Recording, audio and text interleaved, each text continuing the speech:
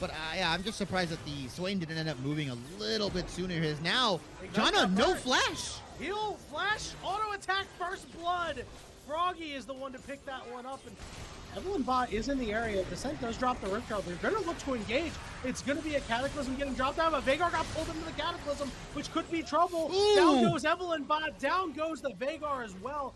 Hugs Descent and the support on the one side, but they're going to be the ones to get engaged on. Ultimate coming out for the Malphite onto the Vagar, but the Vagar is still okay for right now. He's going to try to flash the rest of his team as Evelyn Bot is on the end. Look, the Caitlyn was left all alone on the backside, and no free hugs is now left all alone with everybody else from Farmingdale. That's game! Both of them are level 4. No Zillion bombs are available right now, which means French Delta Force is going to be able to get in. There's the flash, but the flag and drag lands, and El Unicornio in a lot of trouble. French Delta Force not able to get the kill. That one's going to go over to Huracan. Vagar he's doesn't dead. quite know where he is. Has spotted him out. Here comes the Jarvan over the wall. Multiple members over the wall now as they're trying to get as much damage as possible. French Delta Force able to get the first kill. Now, bearing down on to the Xayah. They are going to get revived by the Zillion, but weak side. It just means they're a sitting duck to give more kills. There's nothing. Yeah, Here they comes the quite ultimate. literally. Malphite getting in there on multiple members here. Weak side is now starting to join the fight here. Somebody's in stasis, somebody's resurrecting, but it doesn't just matter. They're just all meant to die to Vagar. It's a double kill for weak side, a double kill for French Delta Force. They get a kill back. Leave the old man alone! But they are going to be able to close out onto the Zillion. The cherry on top for Froggy and Farmingdale State College.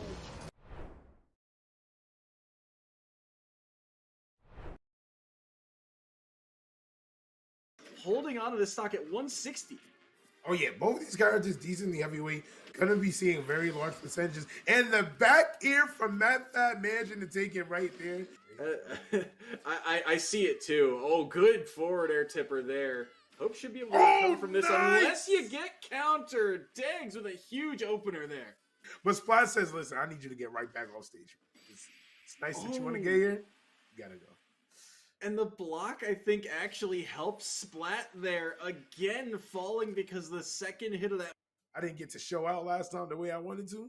I'll do it. He's all warmed up now, but he will drop that stock this time around. Gordo.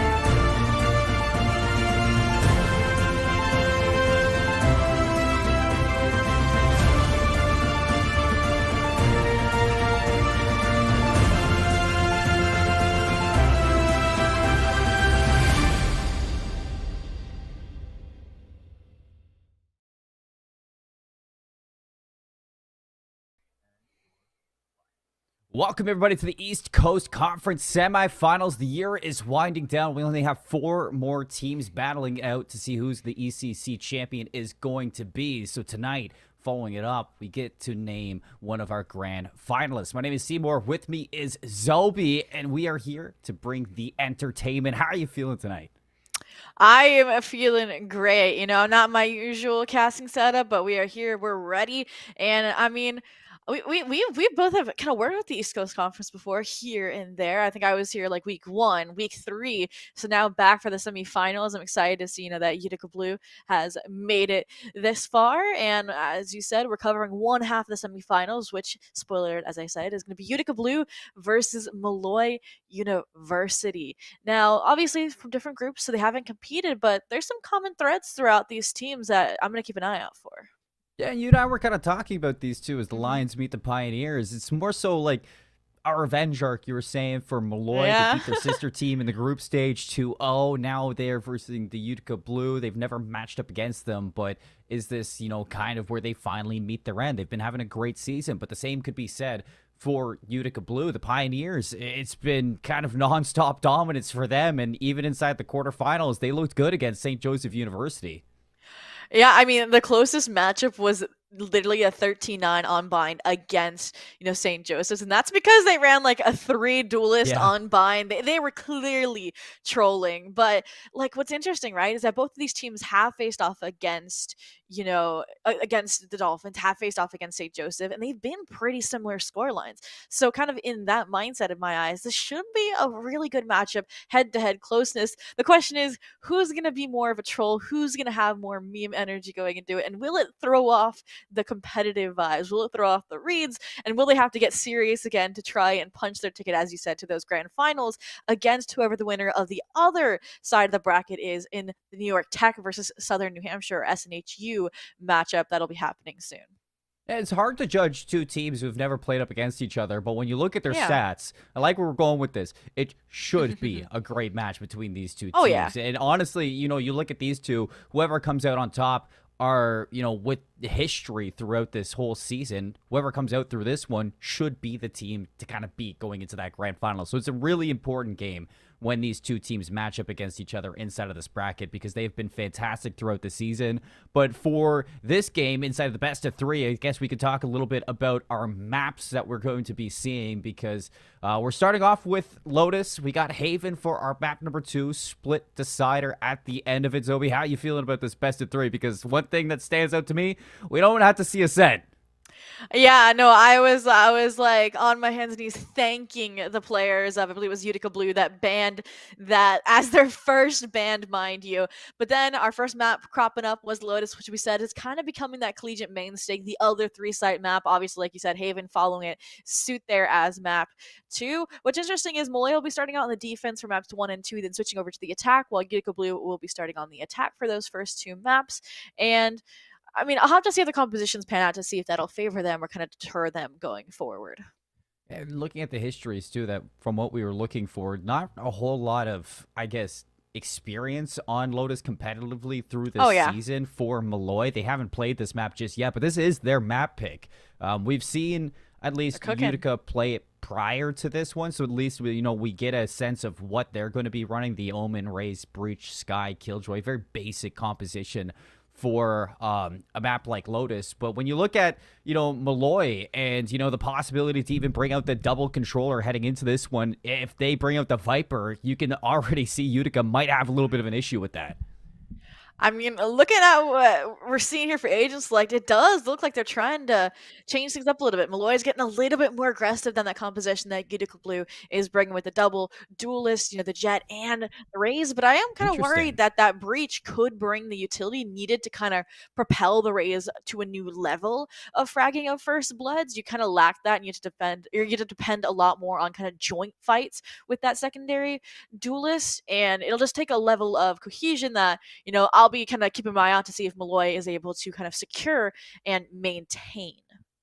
Yeah, that's kind of going to be the big thing, to beat out the Breach for the double duelist. Yeah. Don't really see a double duelist on Lotus very often, Sobi. So this is going to be very interesting for Molloy. I wasn't expecting to see the double duelist, but then again, when looking at the history of these two teams inside of their quarterfinals, it's going to be the matchup of the duelists, because inside of those quarters, both Utica's duelists as well as Molloy's duelists were the kind of top performers on their squad. So I'm looking at Max to really step up for Molloy. And on the other side, Sorry Son, previously the one to play the duelist inside of their quarterfinals, but Pristine also running it here will be another player to watch out for. So that Max versus Pristine matchup is going to be crazy.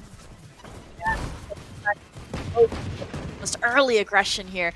Main. It's not going to really be much on the side of Utica Blue there, though, to find. They quickly backed out. The spike was never even taken out of spawn. It was more of just a gathering of information, a stalling of that pressure. And now the question is, if you're Molloy, where do you regroup when you have no information about where these players are or where they're headed?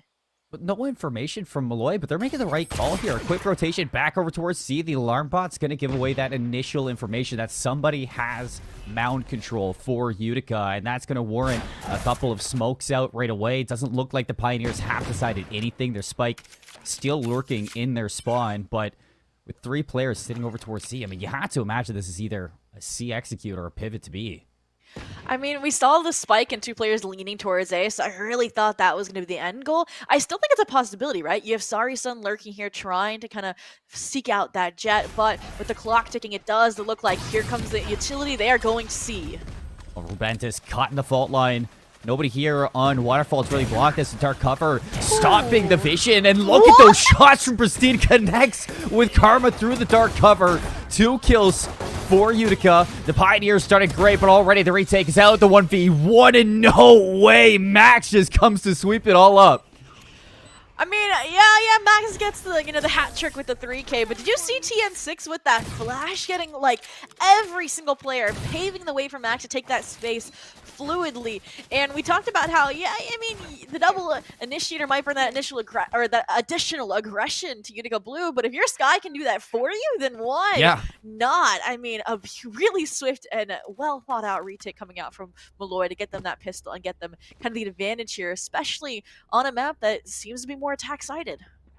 I'm happy I'm seeing Skies too, because it seems like Riot just wants to keep on nerfing Sky, but he's going nowhere. I want my Gecko, though. Come on. I wouldn't mind seeing Gecko either, but Sky always has a good place in my heart. So here we go. Pioneers, early aggression over towards Rubble. A little bit of presence. Max is going to find a kill, but so will Complex. The Classics lands. There's a heavy presence here from the Lions, and Karma might be able to catch a few here with the Spectre, but the Paranoia is going to be good. Forced off. Karma gets overrun, and that's a Spectre now in the hands of the Pioneers, as well as the B site open. I mean, that's the benefit of the Omen over an Astra over other controllers. That Paranoia for these choke points, punishing players who are on an island, opening up these rounds, the 2 anti-eco opportunities. We'll have to see if Utica Blue can now close it out. Yes, they have numbers and HP, but look at this, like you mentioned. They're kind of crunching them. Playing with fire right there. The Marshals been always crazy in round 2. Rubentis only with the Stinger here. Trailblazer's going to clear this one and stuns him. So you're looking at Bliss and TN6 to real turn up and help out their teammate 3 versus 3, but with the advantage in guns, you have to think that Molloy should be able to win this one out, though the post-plant position of Utica, the high ground favoring them. Sori-san's going to connect with the Spectre and a 3K to put down round number 2. I mean, I was getting a little bit nervous there. I'm not going to lie to you. I mean, the 4v3 dwindles into a 3v3. They've taken the site back because all of the players for Utica Blue decided to funnel into that top mid positioning. But then they just don't overpeak. They make sure they get the only necessary frags to keep the players off the spike, and they close it out, probably knowing that TN6 was that low HP from the initial exchange that happened earlier in the round. Now, like you mentioned, because that's an anti-eco win, you reset Molloy. You set yourself up to now not only get some rifles on the board, but take those weapons you earned, your trophies, into what should be now a second round, a lead flipped in your favor. But look at what Molloy University is cooking. The turrets smoked off. They should have a really good flank cooking up. They have no idea. This is so smart. Everybody's looking towards the revolving door. Nobody's turned around, and if TN6 plays their cards right, it's a couple kills here with the Sheriffs to line up, but only good for the one. Complex with damage control. Max gets cleared by Wizard. What a shot with the Guardian, and nothing pans out. I love the idea, but now Karma on an island with only a Classic. We're running over towards here. Might go unchecked, and could potentially punish a couple of this. The right click lands, so Karma's still doing damage with the Classic, but only able to find the one. I mean, yeah, those Vandals punishing both, like you said, the flank play and even the fancy footwork from Karma here. So Bliss in the 1v3, only a Classic. There might be a Spectre on site, recoverable, but no. Wizard again, another clean shot with the Guardian to close that out, kind of ensure not much is lost. And I like that you say that too, because there was 3 Vandals going into that for Utica. Yeah. 2 Guardians. 3 players stay alive. They're still able to hold their Vandals. Yeah, so now it's a full rifle, and they're rich. So they lose this, they'll get another rifle round right after this. Versus if you look at Molloy University, they're already scraping the bottom of the barrel, and it's only round 4. Add, the cherry on top for Utica Blue, they have the Seekers because of how, Complex performed last round, being kind of that hero to shut down the flank play.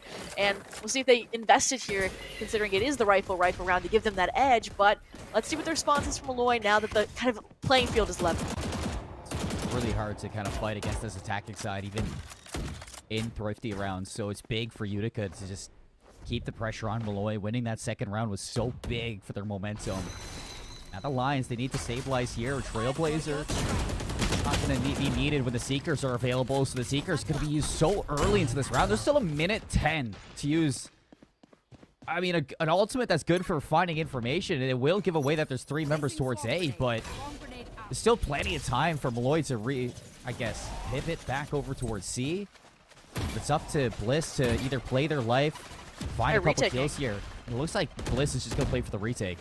Yeah, I mean, there was no rotation as soon as the Killjoy utility was destroyed, so that kind of clued us into it. But here now are the final rotations as Spike gets planted, and it's going to be a joint attempt here from all the utility, all of it getting compiled into that one kind of brunt force of the site. Nobody on the flank. Full steam ahead. Everybody clearing together, swinging as one. Max finds the first. Dark cover's going to block off Mounds. The taps come out, but the Paranoia lands onto a couple, and look at that. It's all Utica in the feed. Cutting Molloy to pieces and putting 3 rounds in a row. I mean, there were like a few thoughts going through my mind there, Seymour. I was like, this looks familiar, like on the B site, right? Like when they all funneled into top mid, but this time it's Mound, and I'm like, and it's looking familiar in the fact that Molloy University is so effortlessly taking space on site, but then it flips so quickly back in favor of Utica Blue from the utility. And I mean, both of these teams, I don't want to say are doing anything wrong per se. It's just that clean coming out from Utica Blue. And I mean, they have so much post-plant utility too that they really didn't even have to expend there, because that Paranoia, just ensuring that, you know, yes, the players got some haircuts, but they didn't really get any initial damage or frags off there. So every player, like, what did they walk away with? 4 there? And I mean, the rotation from the early Seeker is insane. They still get now ultimates online to work with. And if you are Molloy University, you talked about it. The Lions needed to gain their footing, and they've slipped down the hill, you know, and this timeout, I mean, what could they be talking about? They're heading into an eco, so we're probably not going to see the fruits of its labor here. It'll probably be the following round. Yeah, it's not easy to find your footing on defense after, you know, losing the way that Molloy did in that second round. I mean, defense on Lotus is already so hard, Zoe. So when you're kind of teetering on the edge of this economy, and Utica's finding so many rounds very comfortably, and they just keep on getting richer, it's starting to look like a sort of snowball inside of this match so far for the Pioneers. And things need to be put to rest quickly by Molloy. Or it's just going to keep getting harder. Max going to bring out the Blade Storm, hunting down this member towards Ruins, but oh no, Pristines. Even Blind walks away with that one, and now the aggression needs to pay off for Molloy, but TN6 goes down, and that's going to be an early advantage to Utica. Talked about how they had to do something quick, but it's actually Utica Blue who gets the faster reaction. And as soon as I realized that, you know, Max had the full shit, I was like, oh, they're going to be the hero. They want the blades. Yeah. And it just gets shut down because all 5 for Utica Blue were investing towards that A side. They knew it was an eco. They were confident that they could overpower Molloy and take this A side by force. Now here it is, another flank. This time the turret, you know, in a more kind of reasonable location so they can't just get a dark cover, you know, to foil their plans. But look at this. Are they going for a rubble shrouded stuff? What are they doing here? I'm not too sure. It just seems like Molloy trying to do anything to find an advantage over Utica with just these sheriffs, but Wizards doing a great job at just CCing them, holding them at bay, and dancing around Rubble. Rubentus, lovely damage here by the Sheriff, but you're looking for the round win. 26 HP, 1v1, and no information on where Sori-Sun is. And not only that, the time is not in your favor. Sori-Sun just going to TP away. Trying to play the mind games here, and no time to get it done. Sori-Sun's going to deliver a 5th round. I mean, that round's probably a little too close for comfort for Utica Blue, I would say. I mean, if they had a little bit more time, like you mentioned, if Wizard was not able to play as long as they did the Ring Around the Rosie game of Rubble, then you easily could have seen Rubentus expend, you know, a showstopper there off of that Shrouded Step audio cue and get on Spike and steal that 30 out from underneath the Pioneers. But now they walk away, like you've mentioned, even richer versus, you know, now you're down 3 rounds if you're Molloy University. At least you got rifles. At least they get those ults still, and they even have a few more about to come online. But I feel like they need the first bloods. They haven't gotten one in quite a minute. And I like their strategy for the retake last time with ultimates now, major ultimates too. It should just make that retake easier if they opt for it, but a lot more control here. Max playing on C. Ooh, unfortunate paint shells, but still gonna commit towards it. Max backs off. Flash out. Showstopper gonna be called in from Pristine's. Nobody on the other side of the dark cover, and here's the retake setup. I mean, we've talked about it. Both of these teams are confident in this situation. We see Molloy University effortlessly take the site space, and it effortlessly beheld the post plant from Mound. But this time, there's actually confrontation on site. The outpacing from Molloy University might just give them the edge here. And like you mentioned, those ultimates could be the difference maker. And this time, look, I love this forward challenge. They're fighting Mound right away. It's not going to be easy. Wizard playing around it, though. TN6 and Karma. Huge trades. Sorry-Sun repositions all the way back in towards C main.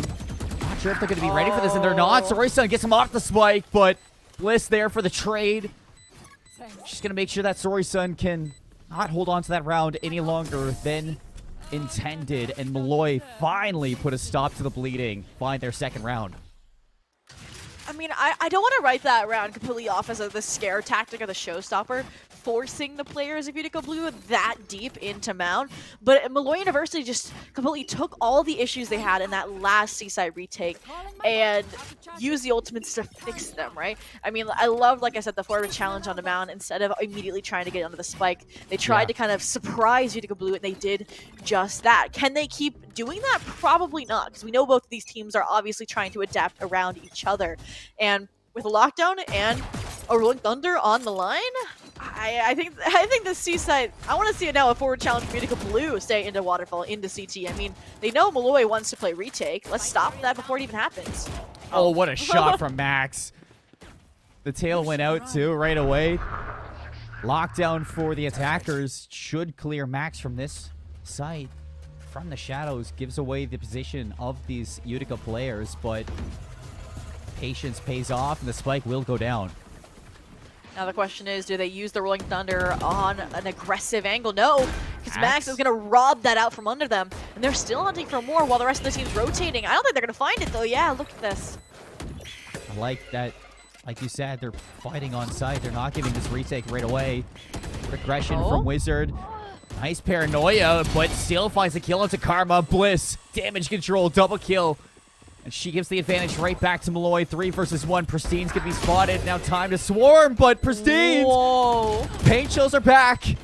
But unfortunately, TN6 from above spots the head of Pristine, wins the 1v1, and clutches up yet again for Molloy. I mean, Seymour, we knew this matchup was going to be close, and once again, I mean, Molloy makes an adaptation, Utica Blue evolves as well, and it just looked like they didn't kind of strengthen that aggression as much as I would have hoped, right? They did challenge forward like we wanted them to into Waterfall this time, but it was Wizard alone on an island. And you saw the effects of that paranoia coming in from Karma and only granting them a 1-for-1 trade when they really needed more than that. I mean, when you have such kind of a strong utility in the double duelist that you have from Molloy University, you need to make sure that if you're getting aggressive, that you're good for more than one. I mean, that's what Max did, right? On staying on the site. I mean, they got 2 looking for a 3rd, and they got some damage too, but for now, with a Guardian too. I mean, those are some sharp shots. And it was after the lockdown too. They just snuck their way back in, like, okay. Casual for Max. Of course. Like I said, I mean, Max was the top performer for Molloy back in their semifinals, so it's good to see them continuing with that. This Anchor's going to show presence over towards B. Reads onto both members, but nobody really showing face for Molloy. It seems, again, they want to welcome them into these sites. Yeah, I mean, that's the best way to phrase it here. The Seekers, once again, not going to be used for an exec, more for an information or to sell a fake. This time, though, they kind of know the pivot. Bang. Yeah, but that wallbang kind of cost them the element of surprise here, right? The goal was that off the Seekers, they could rotate over to a site, and that was going to be A, where that lurk player was. Now, look how many players are already here for Molloy. Yeah, Rubens is trying to strike fear into the minds of Utica. Karma gonna back off. They know they have the numbers, so with the lockdown, that's should unfortunate. be an easy retake, but the Trailblazer's going to put Karma in a bad spot, tries to play for the headshot. Crosshair placement was good. TM6 has to be careful. And now, when Molloy use the lockdown, they will. Bliss, she's going to put it down right away. Rolling Thunder. For quick retake, and the Rolling Thunder definitely available. Put this one to a stop. There it Anchor is. has the space, and here it goes. It's time to let it rip. Rolling Thunder's gonna send Molloy to the sky, but still TN6 on an off angle wasn't affected at all. And Wizards gonna be shut down. Anchor trades, fault line. TN6 forced out. Sorry-Sun keeping Utica in the advantage. And Sorry-Sun just not able to get the second one. Ooh. Bliss sticking it towards half. Anchor's gonna swing, and Bliss will not hit the shot. Anchor shuts it down and gives Utica their lead once more. And I want to say that was a pseudo thrifty. I remember seeing, like, you know, we obviously had the Guardian there for Anchor. I know I saw a Deagle. I want to say it was on Complex. Could be wrong. And that just shows how you can leverage these ultimates to pull thrifties or like lesser buys in to your favor, and it once again just gives them that little bit of edge that is needed. And I mean, I also the lockdown, I feel like they're usually a little bit deeper than that one was.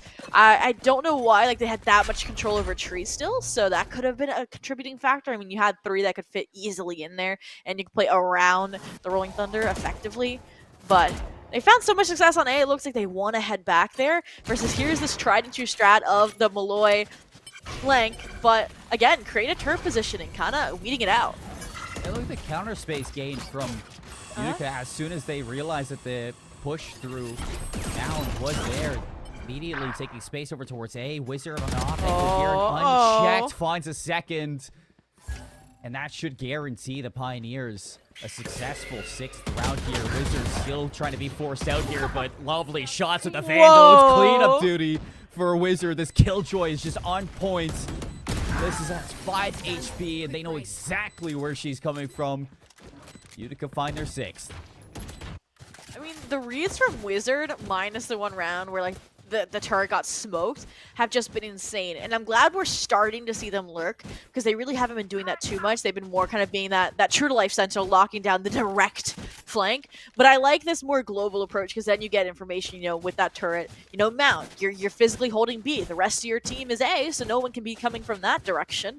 And it obviously works out, especially on those anti-eco kind of rounds. Now is kind of when that strategy gets tested, though, when, like, they have the rifles to punish you in the numbers advantage. So that's why you have the Breach now playing with the Killjoy here on this B main challenge. And it just shows kind of how thorough and how cautious Utica is being. We talked about how maybe they were going to meme, but I see no signs of that from either of these teams. I think that Breach has been a real issue right now for Molloy, too. This having that secondary flash alongside the sky does not make it easy for this duelist to do their job. So, Unique Utica came into this with an idea. And that idea so far is causing so much issues for Molloy as the triple setup here. Oh, this is different.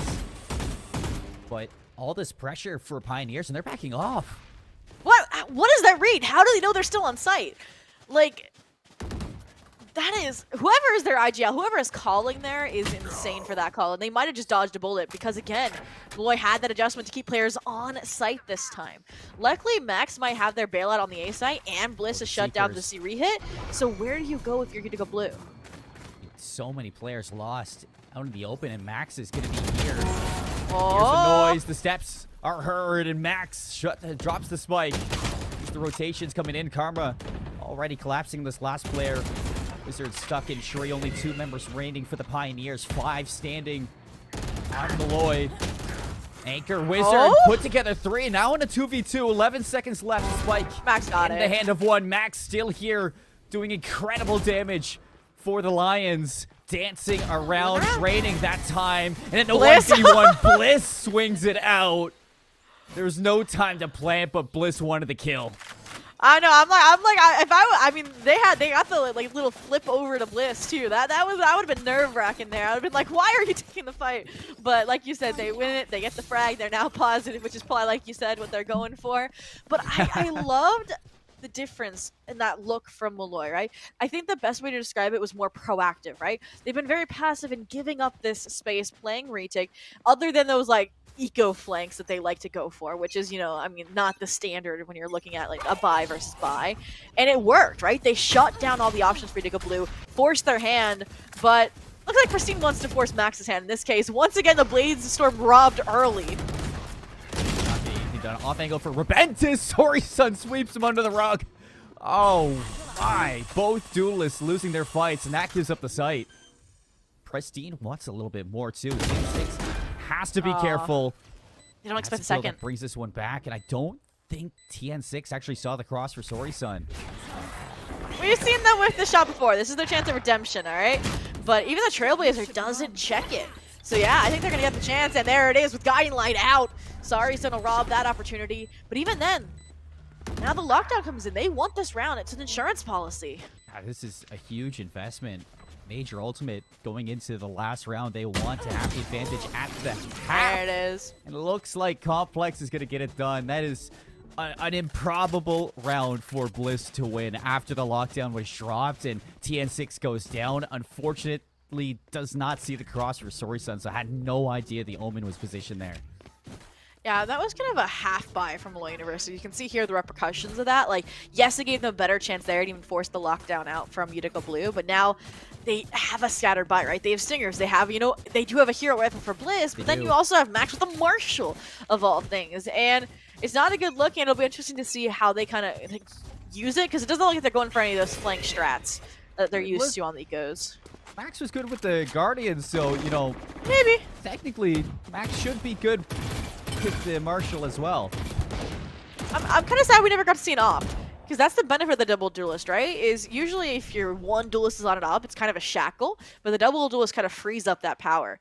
But economy not allowing it, and look at this. It's another war. Yeah, they're fighting for rubble control, and right now, I mean, Utica are okay with this. Like you said, they're IGL playing 40 chess right now, just seeing everything that Molloy is doing. Speaking now of seeing heading everything. in towards C, Bliss forced off of the site. Rotations hurrying. They're racing over towards the help. Little Larbot got 4 of them.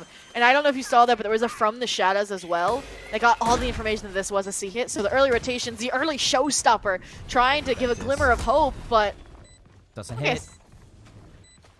A little bit of damage on the Sorry Sun, but they swing it out with the Stinger. Sorry Sun holds his ground, swings out, finds 2. Wizard on 3rd, and here's the showstopper back in. Oh, no. Rolling Thunder, though, going to catch them in the lockdown, dropped by the defenders. Now Utica, they have to fight on site, and Max gaining the space, as well as a Vandal. The 1 versus 3 time against him, and no information. Pristine deals the finishing blow, and Utica gain an 8-4 advantage at the half. My heart sank a little bit when the Rolling Thunder hit Pristine there. I was like, this is their surefire way to end this half of the bang, and it just is robbed away. And it was the perfect counter as well to that lockdown. And I'm not gonna lie, if Anchor, I think Anchor did destroy the lockdown, right? I'm pretty sure. So if they did not kind of have that dying effort there, would have been a very different outcome. And it allowed the kind of that forward refight from Pristine onto Max, so that they couldn't kind of gain the space, like you said, off that newfound weapon. And now 8-4, like you gotta brush it off, right? Now you're on the stronger half of Lotus, with it being a 3-side map. And let's see what they can do. We saw them get proactive and it was beneficial. When that is targeted towards the site, how will the outcome change? Yeah, can't forget that Molloy did win the first pistol, so hopefully for their sake right now they win out the second one and start this comeback early. Pristine, though, a lot of information gained over towards Rubble. No space right now for Molloy. Everybody just grouped up in their own spawn. Yeah, I mean, we talked about it. Molloy trying to find the balance between proactivity and passiveness, and it looks like they're a tad towards the passive side, other than TN6 trying to either sell a fake or gather information. And it looks like the fake is coming through, but look at the early information already gained. Finds that first pick. The A side is already being taken. Complex sees nothing, and this spike will go down. Yeah, uncontested. Utica Blue gonna play the retake game. A number or person down, and that regrowth is gonna make sure that it's an even stronger situation favoring Molloy. But here it is again, that breach we talked about might be the key to success. Allowing Max. Allows Max to get that kill with the Ghost. Karma still using these numbers. They flood out, they overwhelm, And that's what I love to see in a pistol round. Just everybody working together to give the disadvantage no chance. Yeah, I mean, a huge difference there already off the bat on those C sites. I mean, we talked about how Utica Blue had this transformation of, playing completely on mound, then moving up a little bit to main, then moving, onto site, and then moving kind of into waterfall. And it looks like Molloy is just kind of changing that and playing as deep into site as possible to make sure they can't even pass the threshold of the site entrance. And it worked. It got that pistol. Now, I like the Vandal buy from Max, right? This is a statement saying we will not get anti-eco'd again on our second round. And I'm hoping that's the case here, but if they go out an island and donate that weapon to the arsenal of Utica Blue, it could be their undoing. I mean, that round 2 was a big oops, my bad moment for Molloy, and that would be an even bigger oops, my bad moment for sure. But, to say 8-4 or 8-4 half on the defending side, this is definitely not out of the realm of possibility for a comeback from Molloy at all. I mean, Lotus Especially is Lotus. a very attacking-sided map. So you look at these double duelists to just continue to pick up the pace. Even with these patient rounds, it seems like they're trying to get in the heads of Utica. And it's been working so far, like we saw in the pistol. TN6 now getting space over towards B. Spike's going to get tapped. Nobody showing up, though, from Utica. And already, Molloy leaving over towards A. And because of that, there was this pinch play attempt to get set up by these players here link. And that spray from the Spectre just makes them retreat here. But the Satchel is getting stuck from TN6's guiding light here. Now Complex is on an island trying to take what they can, but they've all funneled into tree. They have another free A site. That's smart routing from Molloy, just to not give that second player Complex the time of day. And now they can set up with the advantageous rifles on site and see if they can connect a second round in a row here for our second half of Lotus. Everybody on Utica grouped up together. It seems like they're just going to explode on the site after the breach flash comes out. Max only finds one with the Vandal. Sorry, son, huge. a second one. Anchor a third. And Utica now with numbers looking to fight their way in towards Tree. Sorry, son, and Anchor finding kills. And no way, Zobi. Utica get the retake. I don't want to say I cursed him, but I do feel like that one's on me. I'll raise my hand. My bad. But I mean, I do feel like they were robbed of that B retake that they still had beautifully crafted and set up there, right? I mean, they had the two players ready for the pinch play third link, and then it completely crumbles from the tap fake rotate to A. That I am kind of happy that they were able to get that round kind of out on the A site. And like you said, it's just using numbers, using the information gained. And I mean, the fact that they were able to isolate TN6 specifically there, I think was the winning kind of difference maker, because that's when they got some weapons in their favor and were able to apply that pressure onto Tree. I mean, even the dark cover just paving the way for them to all funnel through that choke point. But the downfall is Max giving up that Vandal again towards the end. I wasn't gonna point it out, but it's hard to kind of look at Molloy there, and I'm not a big fan of them all grouping in towards Tree with, the advantage going into that second round. I would have liked to see them maybe hold their ground on site a little bit more, deny the retake. I mean, I feel like, it's kind of interesting because, like, it looks like Utica Blue, when they make the decisions to group up like top mid, like Mound, they still have a control over the momentum of the retake from the opposing side. Molloy University had no semblance of that there. And I'm going to be looking to see if it repeats itself so I can pinpoint exactly what the difference is between those strategies. Because at the moment, other than losing gunfights, I can't see it. Oh. Nice flash out there. Delayed too, so Pristine looks away.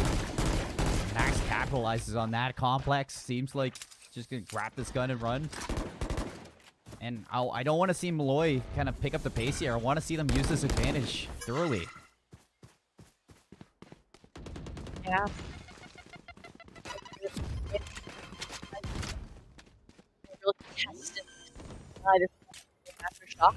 But in the meantime, that's a huge pick from Sari-san. One duelist down, numbers now level. And again, oh my goodness, actually forward aggression. With these stingers, they want to fight this one out. Nice satchel. Disrupts Anchor for the second, but Anchor still connecting with their shots. Karma Makes this a 2 versus 2. Bliss stuck off site with a Spectre.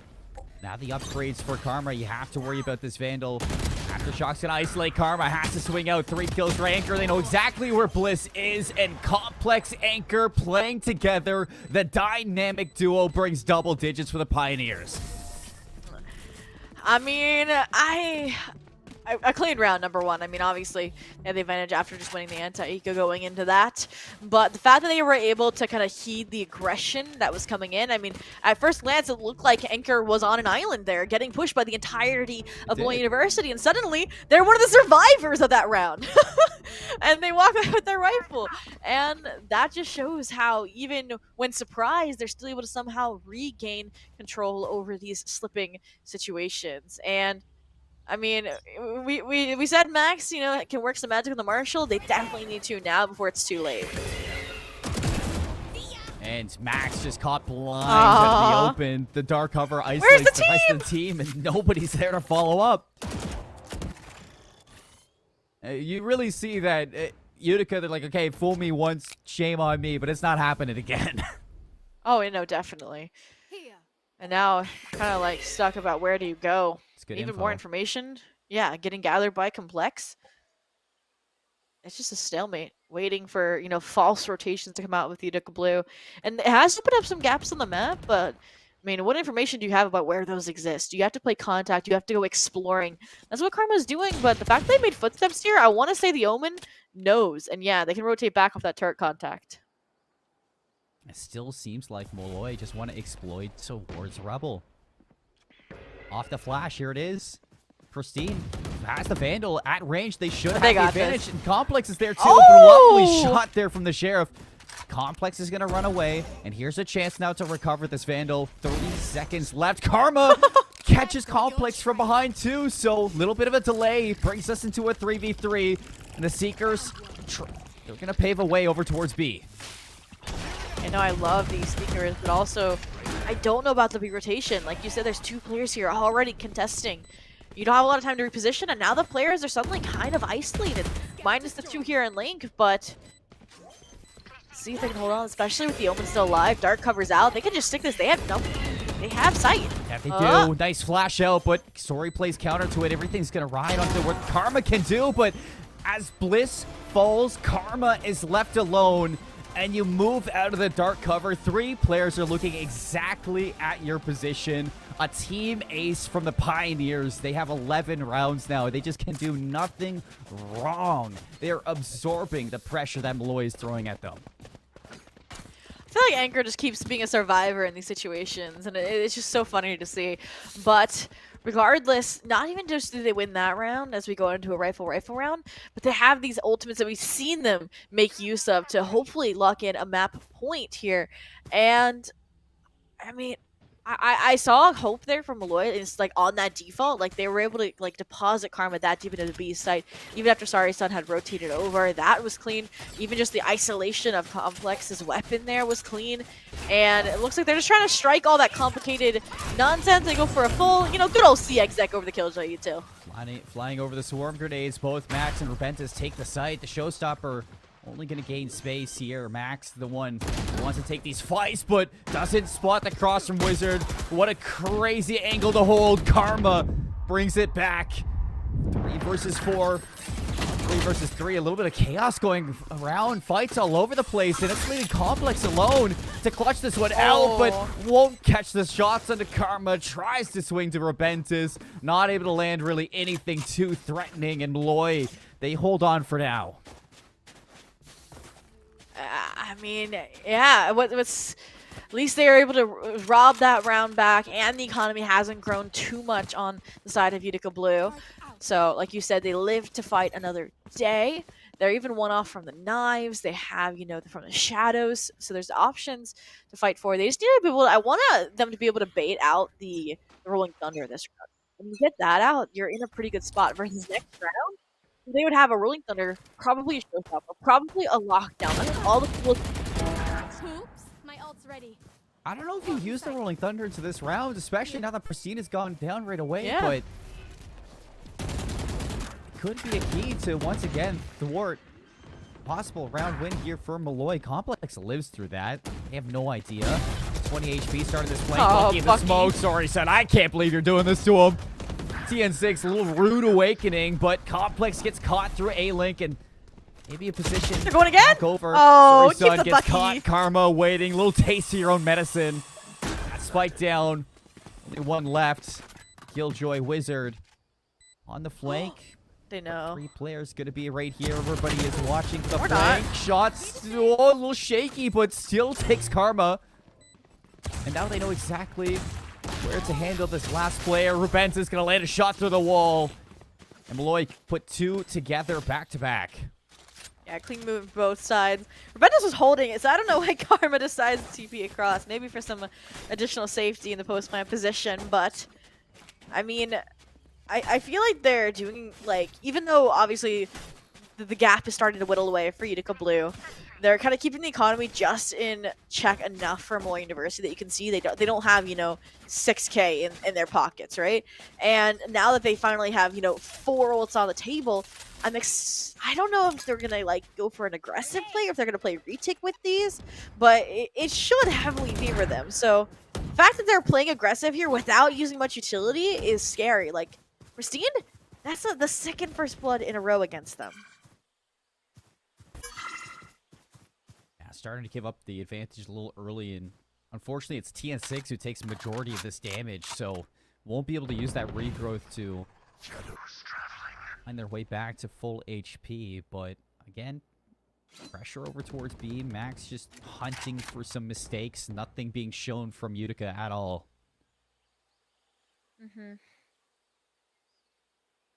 For now, that's your secondary kind of suggestion. Playing retake with these ultimates, seeming to be the goal here, but with Complex dying, kind of throws a wrench into their plans. They have to adjust the players who are holding these angles. And as Spike goes down on A, they should know, and that's what they're trying to do. But I love this kind of proactiveness from Max. Yeah, Max is showing some incredible reaction time.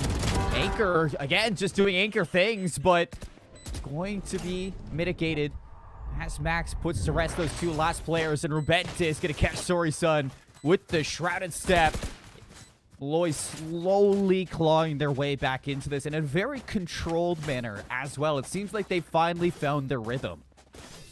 Yeah, no, I completely agree. Just the awareness of the old potential that Utica Blue was holding, and Max deciding to challenge that. And I couldn't quite tell who it was that decided to go up the zip line with them to make sure that they had some backup. But that even fixing the issues we've seen of, you know, Pristine getting first blooded by being that solo duelist on an island. Yeah. And I mean, this is the first, I believe, timeout we're seeing from Utica Blue, and I think it's well timed, right? You're still in a lead of 3. You still have all these ultimates to work with. I believe your buy isn't great, so your goal is either to use the ultimates this round on your eco and then close it out next round when you have rifles, or, you know, you're talking about that rifle round to get you onto that map point.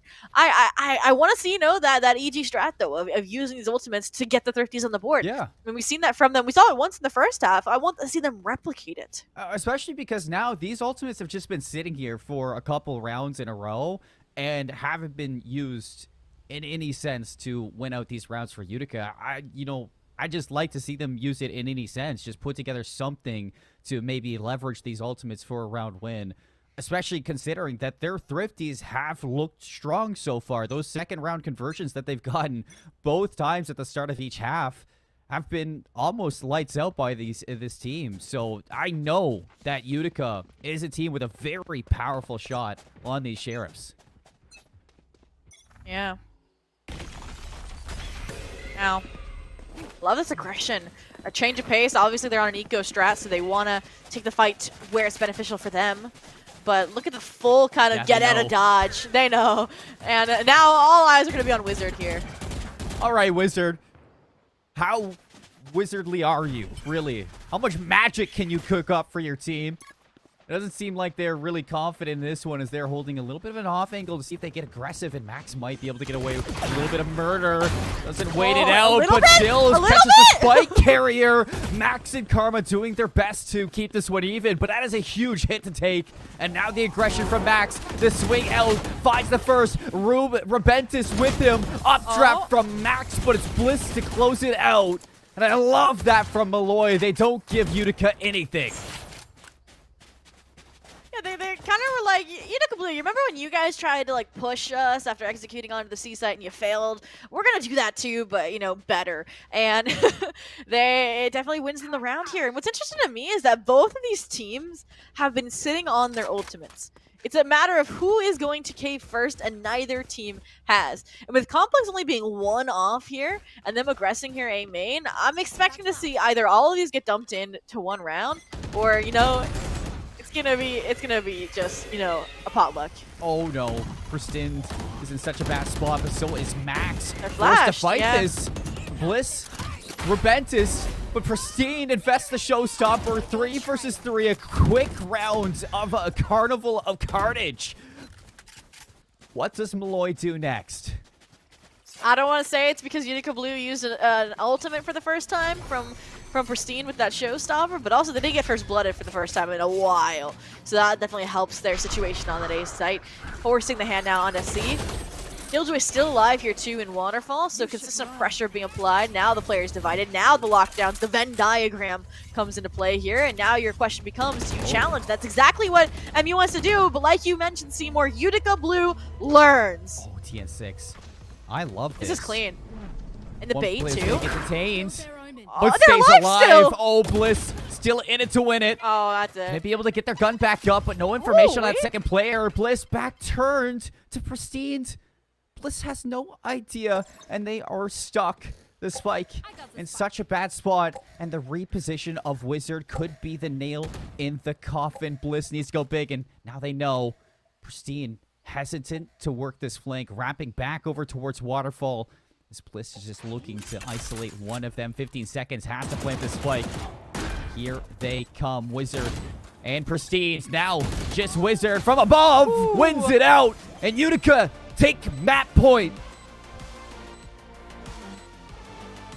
I mean, Wizard has just been, you know, they killed it last half. They're finally kind of being the difference maker in these pivotal rounds. I mean, you saw on their eco last round, they get, you know, 2 deagle kills from CT. And then this round, you know, the 1v1, the Killjoy diff there against Bliss, even though Bliss was doing an insane job playing off default, playing to isolate these picks and doing so successfully. I mean, they finally might have broken the spell here, but what was I asking for that I did not see the entire defensive half from Max? The operator. This operator.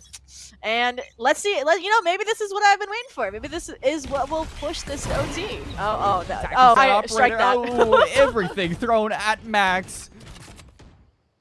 But they are not going to give up just yet.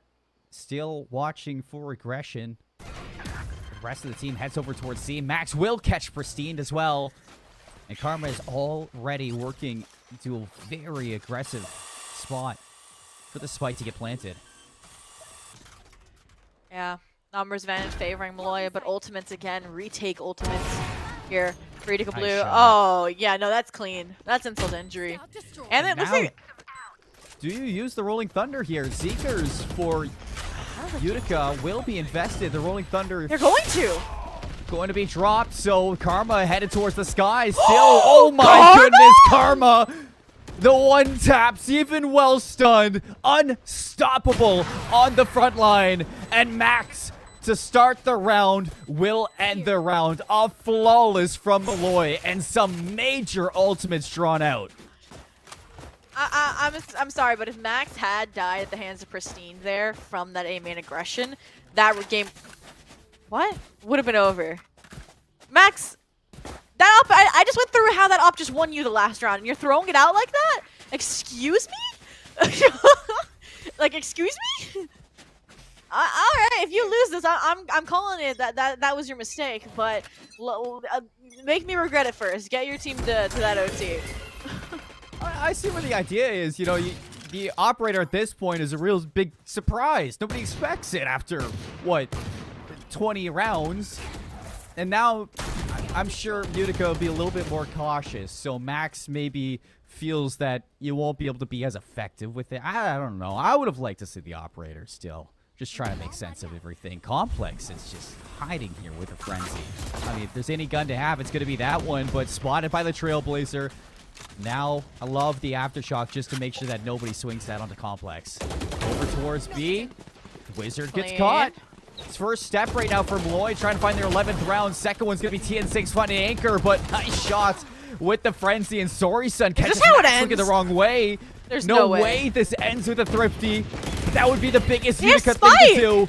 Now Anchor with the Vandal, trekking on forward, the flash out, Karma, Bliss, run down, and it's a Utica Thrifty to close out the map. I mean, Utica Blue gets 2 anti-eco victories and closes things out with a Thrifty. That just Make shows it you make how sense. chaotic this matchup or map 1 has already been. And I want to remind you guys, that was Molloy University's pick too. Yeah. So we talked about it. They had no kind of like record of performance on this map, at least in the East Coast Conference this season.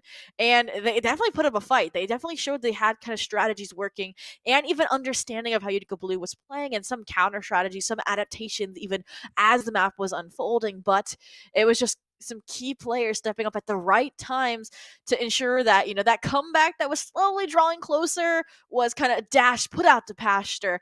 And in my eyes, the player that did that the most would have had to have been Wizard, right? I mean, they're the one I think that got them that lead established on their defensive half, or their attack half, sorry, in the first place. Like I mentioned, their shift from being that kind of lockdown sentinel on the flank, you know, getting that information needed to kind of weed out these eco plays that MU is going for, to then even just the lurk potential they were bringing, unrivaled as a sentinel. It's so frustrating playing against a player who just feels so comfortable living on an island, just isolated at all times, still will find 1, maybe even 2 kills, just enough to do their job. And Wizard was exactly that person. So if we take a look at their stats, I definitely want to give them MVP for that map on Lotus. But you can say that for so many of the individuals that the Pioneers had, Soapy. I mean, there were so many players who at different times just stepped up and won so many clutch opportunities for the Pioneers to make that happen. And it's really heartbreaking for Molloy on their map pick, where I wasn't really disappointed in them at all. Just Utica in the moment stepped up behind so many moments that Wizard even provided most often, with 4 assists, 20 eliminations, 1 first blood, but that 238 ACS, always involved with the fight and walking away with so many key kills. Yeah, no. And I mean, moving forward onto Haven, I'm not gonna lie to you. I think we're gonna see a very similar strategy from both of these teams that we saw on Lotus. My history shows obviously both of these teams are undefeated, 2 wins under their belt each, but Molloy goes for the double duelist again, except it's a little bit of a switch. You know, Rubentus taking the Jet and Max going for the Raze. Maybe they'll keep it after the almost success they found on Lotus, but we'll have to wait and see. Versus it's just kind of the standard meta on the side of Utica, maybe like a Fade instead of a Sky if complexes feel like spicy, but that does concern me, right? It's another 3-map site. It's very similar in that regard, but I think it'll just mean like we're expecting more from the Killjoys, right? Because information gathering, I think on Haven, like it can be even more catastrophic if something slips through the cracks. A lot more difficult than a map like Lotus as well. So it's going to be a real big map coming up next. I mean, the puzzle pieces from Molloy, we started to see them fall into place inside of Lotus. They just weren't able to get it done. Can they find that last piece of the puzzle to start this comeback? It's a map win coming up for the Lions after this break. We'll see you on the other side.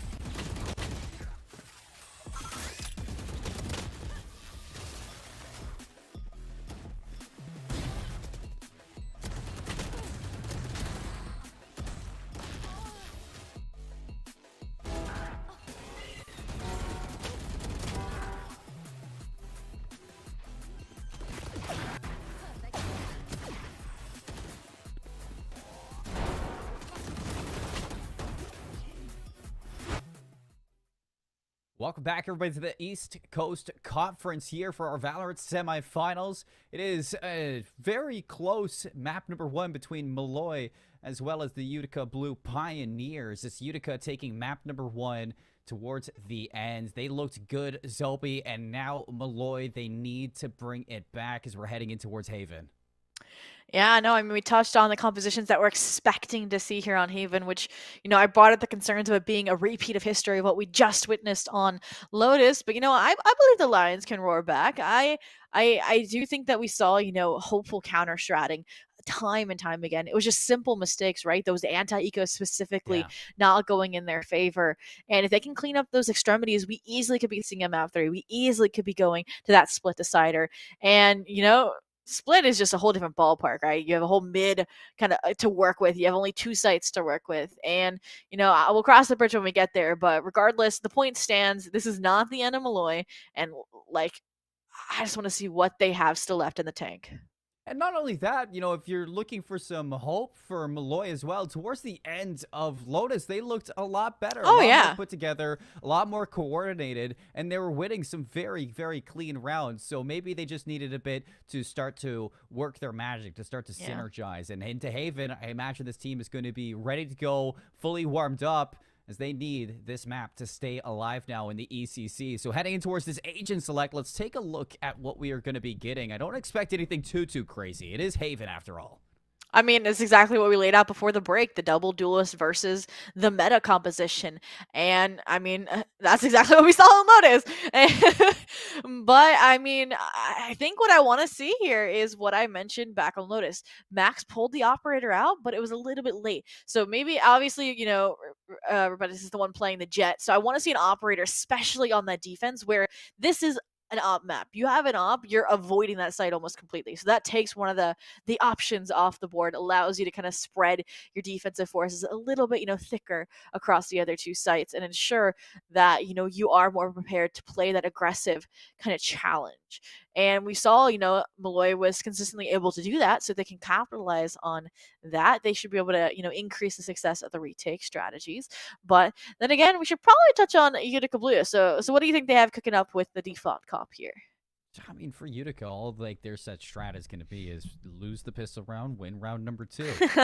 Shake up the economy and just continue to clutch up when they really need to. I know that Utica are going to come prepared. This is their map pick. Both teams have, good success on this map, like you touched before we went to a break. And with that double duelist composition, I really highlighted going in towards this game that it was going to be Max and Rubentis versus Sorisun and Pristine. But I kind of want to take that whole thought process away, because you look at the Pioneers and their performance back on Lotus, and each individual player had their own pop-off moment. So you really can't pin it on just a couple players to start this head-to-head. You need to see Molloy really take their duels and really step up individually, not only as a team. So for Utica, starting on an attacking side, I imagine they're going to set this pacing.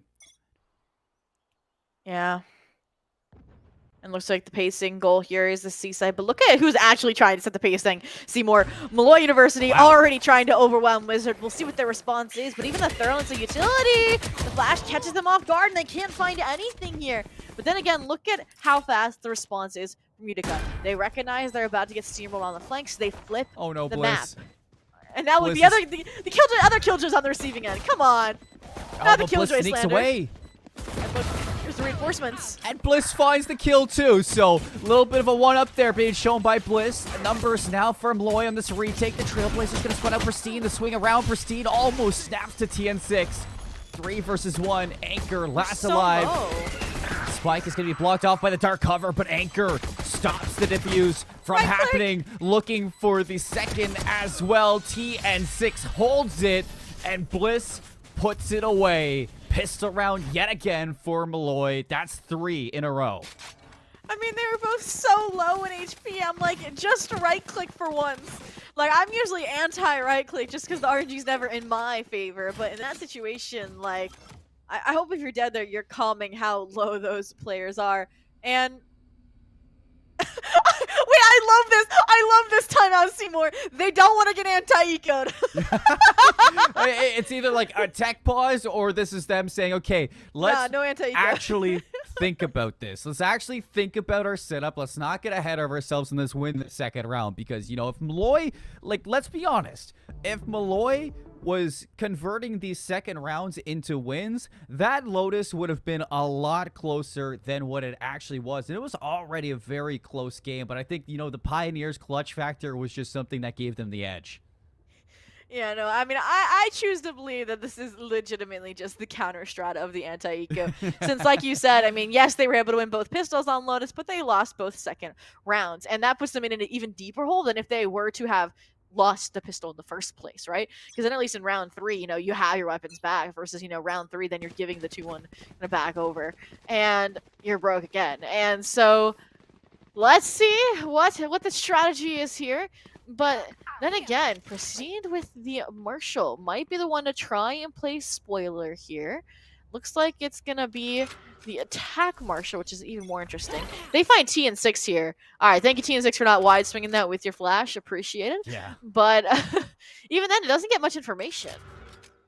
Now And a he's long-range getting Spectre. back over. Ooh, this is going to be a tough battle, especially if the fault line hits and TN6 as soon as it comes up. Yep, time to get out of dodge. It's fast pacing here from Pioneers early, but that line should slow them down. That's good information for TN6 to play off of. Now, setup on default has Max waiting in the wings. So Trailblazer's going to confirm some aggression there from Wizard. Calls for the dark cover.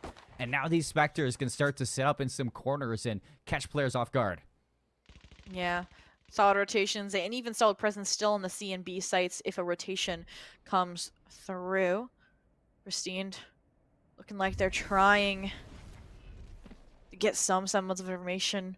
But I don't really see a way into this round for Utica Blue. But, I mean, that's when they come back when least expected. And it looks like the answer is just patience, right? I mean, they already have the Rays now flushed out. They think that more is gone here. So here comes the exec. And how big can this duo go? And this is what the Pioneers do best. Tailwind the other way. TN6 Oh, Max, they are no! trapped. And TN6 goes down. Spectre recovered by Pristine. Max will call one back. But a 4v4 with a spike down. Have in control for Max. Karma with a Bucky in their hands. Pioneers, like I said, this is when they do their best work inside of these second rounds of the half. Blitz is going to be the first one out. Flash out. Oh, Blitz huge. caught out in the open. And now Karma needs to go deep with this Bucky. Rebentis will double got it. down. Karma just continuing to push forward. Complex last alive. Rebentis will get this retake, and then Defuse will give them their second round. Finally, Zobi, they do it. The timeout may have been the key. But it was looking sketchy there for a few seconds, Seymour. I'm not gonna lie. I mean, the utility was on point. They get the weapon as well into their arsenal, mainly that Spectre. And I mean, I was even more concerned when I think it was just Rebentis just tailwinds out into CT, leaving TN6 to their demise. And I'm like, oh no, is this really gonna happen again? But no, that Heaven pressure applied in conjunction with the distractionary force of the Bucky that Karma was wielding just gets the job done. And it's so successful that they're trying to reprise the role of it here in the bonus. Yeah. It's, That's an important moment for Molloy nonetheless. It is correct. You're 100% right. And the Pioneers, I love this here. Karma, Bucky hand, ult line. Oh. But he's got the best weapon for that possible moment. And look at this from TN6. Aggression. Out through a long. Wizard's going to hear all of this. And with the Vandal, it's just easy pickings with the setup. The crosshair is on point. Wizard, again, working his magic. I mean, they just clearly did not listen to our Map 1 post analysis where we said that you cannot take those eco lurk or flank plays against Wizard. They are prepared to hold that down. And now look at this. They're even entering off the Trailblazer into the A side. Who needs a duelist when you got Wizard working their magic? So many players to take that ride. 2v2 though. Max gonna catch anchor, looking the wrong way, and now Pioneers just gonna call to maybe force one of these members into a 1v1, but a long flank to be taken from Bliss to group up with Max. This is going to take a lot of time away from Molloy for this retake. And now I don't even know if they're going to have time to get this defused. Wizard and Complex, all they need to do is play around with both these members, and immediately Complex is going to behead Bliss. 1 versus 2. Max, time continuing to drain away, and it won't even come to that. Wizard makes sure that the gates are closed at A, and Utica put their round on the board. Yeah, but at what cost? You're only walking away with 2 rifles when it was a 5-person investment against what literally was just kind of the remnants of that round stolen back. The anti-eco victory, you know, secured, I should say, I guess, for Molloy, kind of finally getting on top of things there. And it just shows that, yes, Molloy might have learned and might be coming back, like you said, picking up where they left off on Lotus, that dominance, that the inner workings of the mine they had discovered for Utica Blue, for the Pioneers. And even here, look, they're kind of like nervous to address the same places that they failed the challenge last round. Look how thorough. They don't want another shotgun there. They've been conditioned. Padlock dog. Kind of made sure that, you know, you're not going to enter these sites for free. So a lot of utility going to be used just to clear that space in towards garage now from this breach. And they're going to walk in after it's been taken. The dark cover as well, just going to block off that vision. Max is on an angle, just tapping away. Salto charge not going to get him out of dodge just yet. 13 HP, still finessing, and going to be put to rest by Complex. TN6 looking at least maybe hold an advantage here for Molloy, and it's going to work. Flash around the corner. Same thing with Complex, but it's TN6 to get the better. 3 kills from your Sky, and Molloy with Spike down. They're looking good. I think it's going to take more than magic from our Wizard. It's going to take a miracle with 10 HP. Spike down out in the open on the site, and they're long. It's improbable, but it's not impossible. That's true. How strong is their magic? Let's find out. Oh. Just a shot to the gut. TN6's like, nope, not this time. Counter spell, and it works out to get Molloy on to their 3rd to continue to kind of pave the way towards a more successful defensive half than they found themselves on Lotus. And I mean, I said I was worried because it's a very similar compositional approach that they had on that map, and this time it is being leveraged very well. And I mean, part of that I want to say is definitely TN6. I mean, 5 and 2 already, like that hero play last round, and even just the utility kind of to help the team get into these more advantageous positions. But time will truly tell, especially when we're not just seeing MU kind of, again, taking the fight to Utica Blue, and Utica Blue's response is just to challenge it back. I'm glad Karma's been going for these early round fights, because back on Lotus, Karma was so strong in those positions. Yeah. So once again, just looking very comfortable to take the fight to Utica, not allowing them to really gain anything for free. The Seekers called in with still a minute 10 from Molloy. So a little bit of information, but again, lovely shots being thrown out there. TN6 gonna find a second one. Karma just continuing to cut them down. And off of that, it's just time to head out to the races. They're hunting. Wizard's going to be caught by Rebentis. Anchor won't be able to get anything done with the Sheriff. And now Molloy, they can collect their winnings here. A 4th round, as well as a couple guns just sitting around for them to pick up.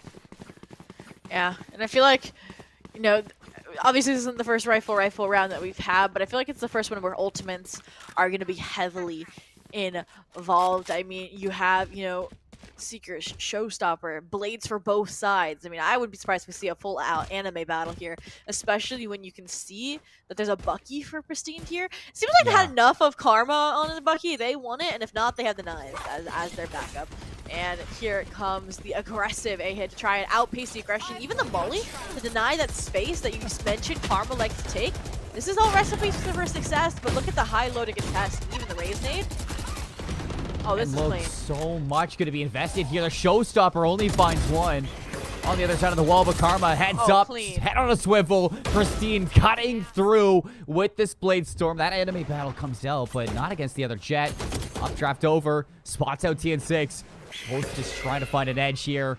It's away from the flash, still ready to take these fights. And there it is, TN6 connects with one, almost a second one. Complex shows up yet again in the 1 versus 1. It was a weird one right there. A lot of back and forth, a lot of chaos invested into that round, but it's a much needed one for Utica. Yeah, no, I mean, Complex there was like, you know, TN6 may be getting the spotlights, but it's because I've just been, you know, playing the support role. But I can step up. I can win these fights when given my opportunity to be in those clutch situations. I mean, they're even starting to near the KDA. TN6 is currently repping there. And I was right. We saw some ultimates there, especially, like you said, that investment from Molloy to try and deny that A main space. And they still get on the site. They still get the plant thanks to the fancy footwork coming out from that Blade Storm, like we said. And they like the success short. They're going for it again. I love that no matter how much success the Pioneers find, it doesn't sway Molloy to not take this space. Lovely to clear that out, and that's a huge kill to pick up right away, finding that jet. Lockdown's going to be invested so early now from Molloy, and TN6 with all the space to work with. That spike down back at C. They can play these ankles and wait. Oh, even from the shadow there. To make sure that they have more than one player with eyes on these The one way.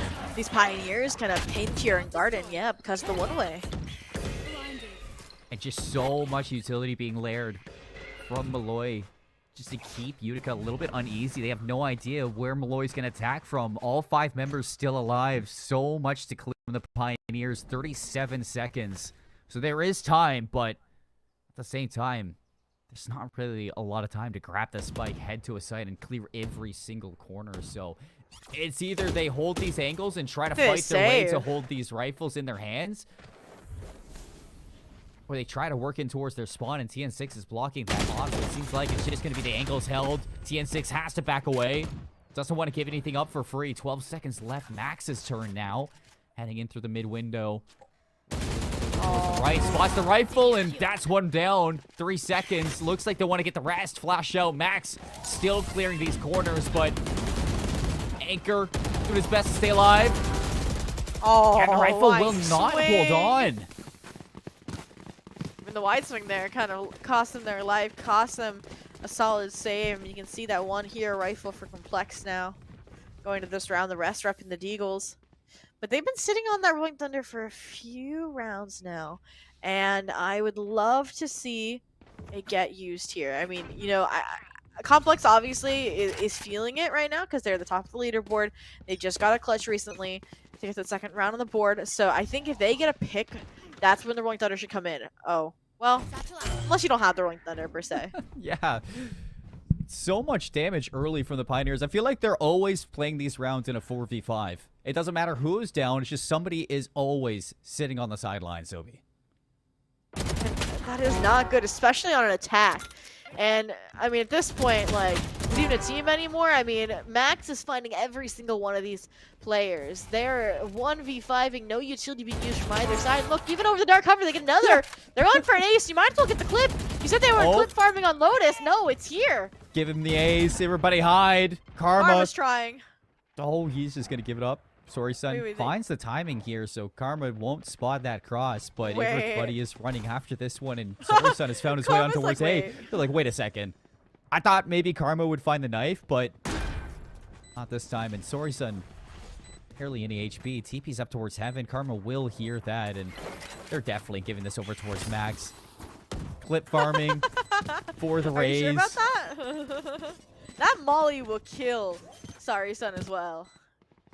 I mean, no matter where he goes, he's going to have to fight this one. It's just the ace is set up, and Max will get it. Like, give him the ace, Sophie. Why not? He was just doing everything right in those moments. I have to say, even the support from TM6 to heal him back up inside of mid, you know, you really just see how confident Molloy are on this map, even after losing a little bit of a heartbreaker back on Lotus. You know, you saw the heal.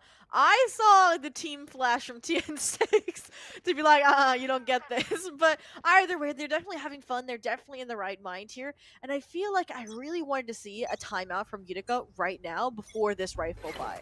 It was a great time, you know, it's before you're entering the second half of your attack. But, you know, make me eat my words. Go for an aggressive C hit and, you know, get the round. Oh, we haven't seen them hit C for a while, so... That's true. A little bit of a surprise factor. It's only been just nonstop A or like aggression through mid. This time, you know, the Pioneers, they don't play a 4v5, and now they get to fight on the better side of this outcome. Oh, Pristine's got to be careful here. Swings back out. They all line up. Pristine! 3 kills. They all stand in the way of the Jet, but it doesn't matter. He's ready to knock him down. I mean, there's the timeout, but really a little late. But anyways, I don't agree with that timeout because now you're just gonna dampen Pristine's momentum. But either way, Pristine is like, all right, Max, you can win your 1v1s one after another, but I'm gonna win a 1v3 when all of you are staring at me with nothing in between us. And I mean, that was something I was actually gonna hope they talked about during this timeout, was especially on the round where Max aced, there was no utility used. They were just giving these ones over. I don't want to say it looked like they had given up or that they were out of kind of motivation, but it's a little bit of what it looked like. So I'm hoping that Pristine and that 3K breathes a little bit of life back in. And I mean, they still have this Rolling Thunder. Yeah, I mean, the Anchor hasn't really had time to use it. He's either dead at the start of the rounds or they just trample over Molloy. It's, you know, there's nothing in the middle. It's just one or the other. Yeah, and I mean, I do think because it's going to be another rifle on rifle round, the timeout is still legitimate, and they know they can't just go for a C hit after C hit because then, yes, eventually Utica is going to start stacking towards that site. But do you see what I see? I should have sung that like the Christmas song. It's just the season. Yeah, but I was gonna say it is that time of year. What do I see? What do I see, Seymour? Yes, on the first day of Christmas, my dear gave to me. No, on a no first blood. Kill from. They don't get it. They don't get it. In fact, that was a lot of damage that Rubentus takes. So, gonna have to regroup with the Sky to get back to full HP. And it seems like an aggressive C take yet again, just given up by Bliss.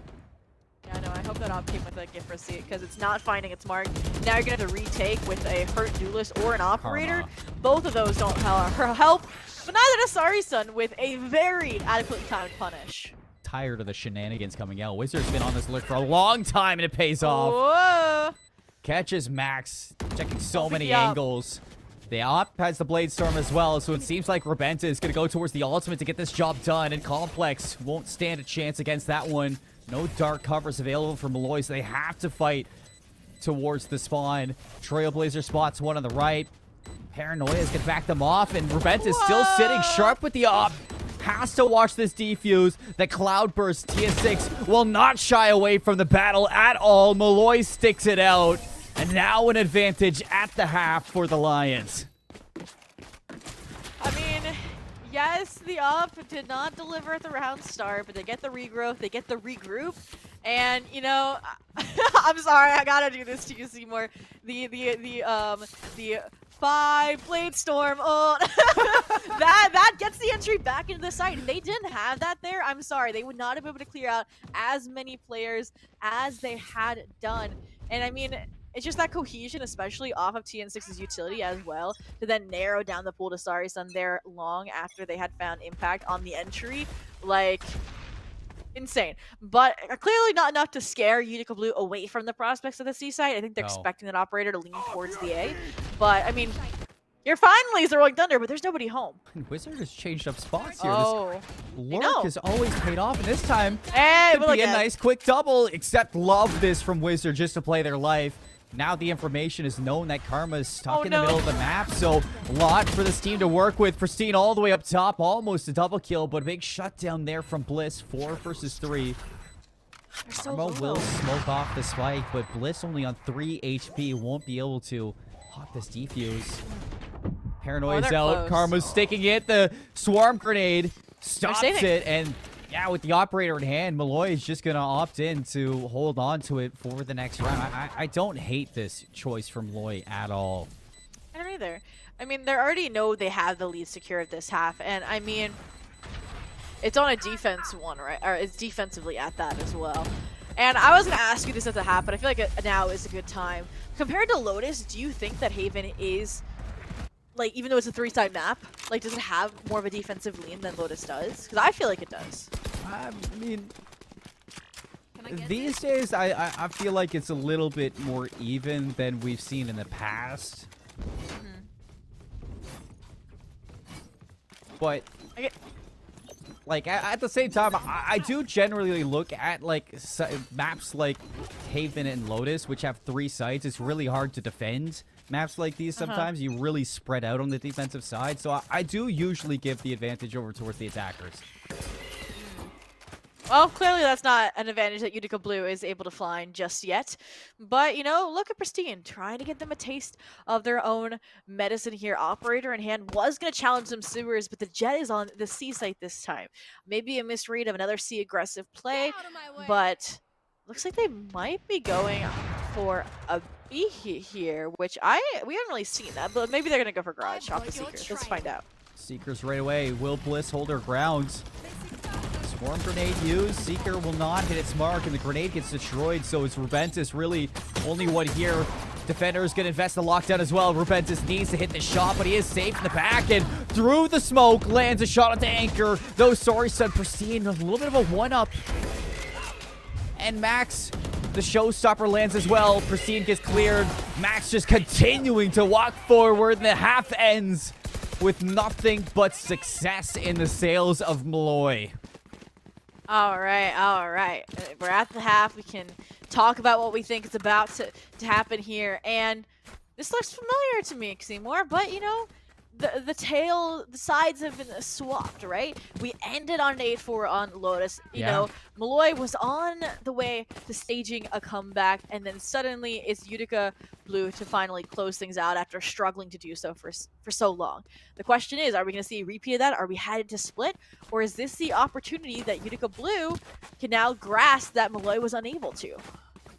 And, you know, even though I say, like, the attacking side is usually where I like to favor things on 3-site maps, at the same time, with what we saw from Molloy, if, you know, Pristine can really step into a situation to kind of be a roaming, I guess, army, the team find those kills just like we saw from Rubentus. Uh-oh. And Max, it could be tough. Wizard.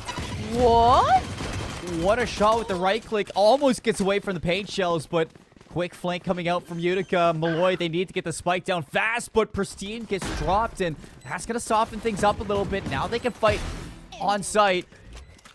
Brought back into a 3 versus 3. Flash out towards Sorry Son. It slowed things down. It seems like Utica want to play off this flank, but a Paranoia going to give them a little bit extra space, and TN6 repositions into sewers. So now an exit strategy for Molloy. Karma goes down.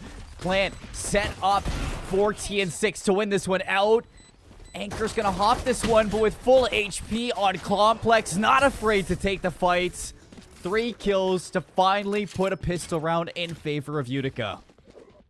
And a good one at that to kind of rewrite history already out the gate. Well, actually not necessarily, because I mean, yeah, MU did win that. If we seen MU anti-Iku, then we're just repeating history. But I think that round, whoever was going to win it really boiled down to the skies. I mean, you had the 3K from Complex to completely turn things around off that flank. But even then, like we mentioned, Wizard with those insane right clicks, if TN6 had not invested in the regrowth, that reentry would not have been as successful as it was onto the A site. They got everybody back to full HP and took the whole entire brunt of that HP deficit. And it's gave them a fighting chance, but like we said, hero plays sometimes outweigh the masses. It rights the ship for Utica for now, gets them kind of the lifesaver. Now they just have to grasp it with these better weapons, especially when they've snuck up Ceylon. Can Wizard do it again? Yes! The answer is yes!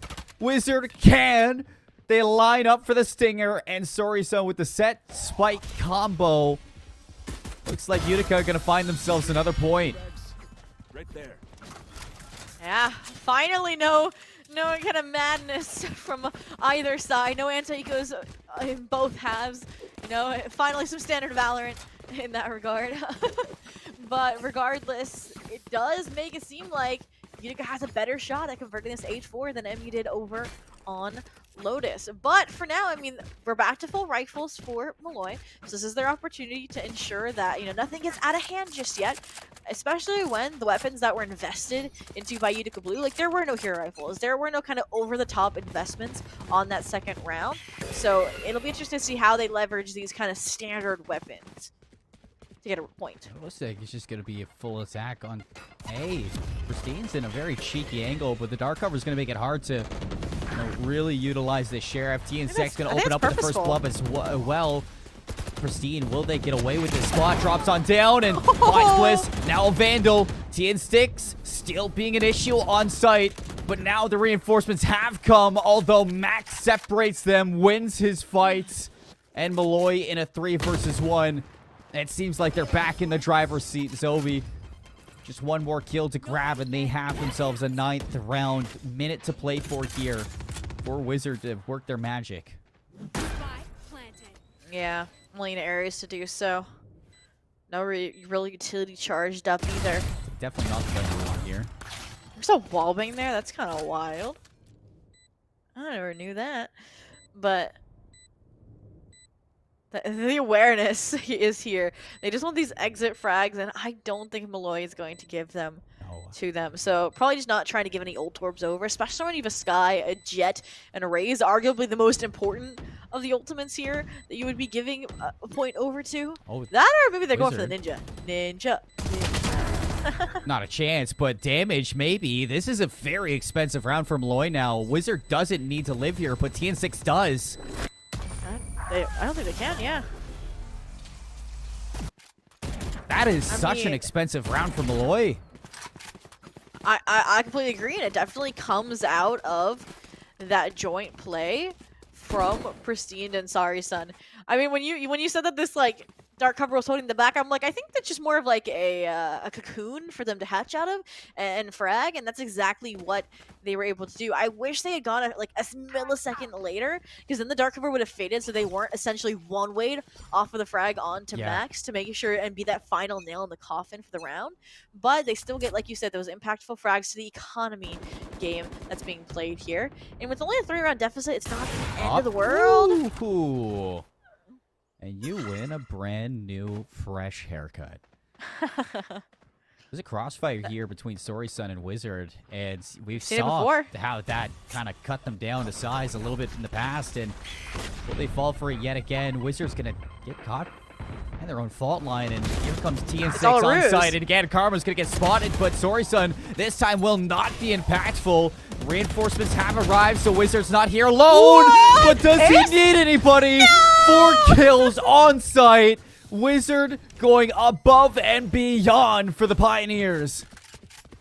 Of course it's Max to rob them of the ace. The one player who has gotten an ace in this series thus far. And, I mean, obviously I think the fault line was a faultful team like stun, but it kind of sold the fact that there might not have been anybody logs. They're like, why would they be stunning that if there's somebody there? And it's the perfect cover after Sorry Sun falls for Wizard to just, you know, put a curse on to that seaside exec. And now reshorten the gap to 2, get the lockdown online, and looks like even some of the players from Molloy are forced to save. Not all. That is going to be the case, and it just seemed like they wanted to step on the gas and hit B right away, but Anchor, you remember how annoying Anchor was back on Lotus? Well, it seems like he's had B on lock all game long. Pristine, though, still trying to find some sort of benefit from this operator. Looks like nobody is biting A. The Killjoy utility is still up as well. There it is, Anchor aware of this B re-exec. Aware because of the dark covers. And it's like wherever MU is trying to aggress, somebody is there to deny it. There it is. I thought that was a wallbang, but Sorry Sun is the one to collect that kill. For a second, I'm like, wait a second, you can hit that? And no, you cannot. Timeout. Okay, this is what I was looking from Molloy to kind of see into the rifle round. Something that you want to see Utica do on their attacking side that we never really got to see is heading into the rifle round. How will they really set things up? Well, this timeout gives them time to really, I guess, collect themselves, maybe cool down, and try to think of some way to get around this operator from Pristine. Yeah, I mean, yes, Utica Blues reads have been insane, but I feel like Molloy University's timeouts have been so well placed. I mean, like we said, it denied, albeit in the second round, the anti-eco from Utica to help them establish that 8-4 lead on their defensive half. And now it's while they still have a lead, like you said, while they're still about to invest these rifles into what could be the difference maker between, reclaiming double digits, or sorry, reaching double digits first, or, Utica basically being handed the double digits because it'll be a bonus or a save per se for Molloy following this round. But regardless, I mean, it still is. I still have no clue which way this is going to go, but this round seems like a big determinant of that. Yeah, I've never really touched on it, but I was really worried about Molloy heading into this attacking side because of the breach pick on Anchor. I mean, the stall capabilities that we've seen from the Pioneers back on Lotus and now on Haven. I'm surprised they didn't take a breach of their own.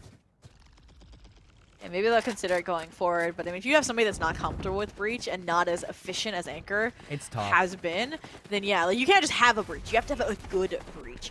And we'll see if the good breach can do anything here, especially what looks like an A retake. But like I said, they're playing for this. They have the lockdown. But look, Max looks like they have lineups for it. They look like they have a counter. I mean, they're pinging it already. They might happen. They're going to plan for hell. Yeah, look. It's going to be gone. Watch. The lockdown not destroyed it's not at all. But the showstopper from Max is the one to start things off. And Wizard, Sorisun still making this one so tough. Sorisun backed up, but catches Repentis, rotating back to side 2v3. Spike planted for long. But even still, Pioneers looking to use their numbers to overwhelm. TN6 repositions. Bliss has to make a little bit of chaos on site. Molly's going to be shot out. They know TN6 is working through sewers. Bliss still alive at long. Somebody's got to jump this spike, but Bliss here for the clutch. Nobody has ammo. The classic 3K. Bliss with the clutch moment that Molloy needed. Oh my goodness. Bliss, has been running under the radar because of, the counter Killjoy's dominance here from Wizard. Just winning a round when it mattered. I mean, I said it, right? They lose that round, they hand probably double digits to Utica Blue.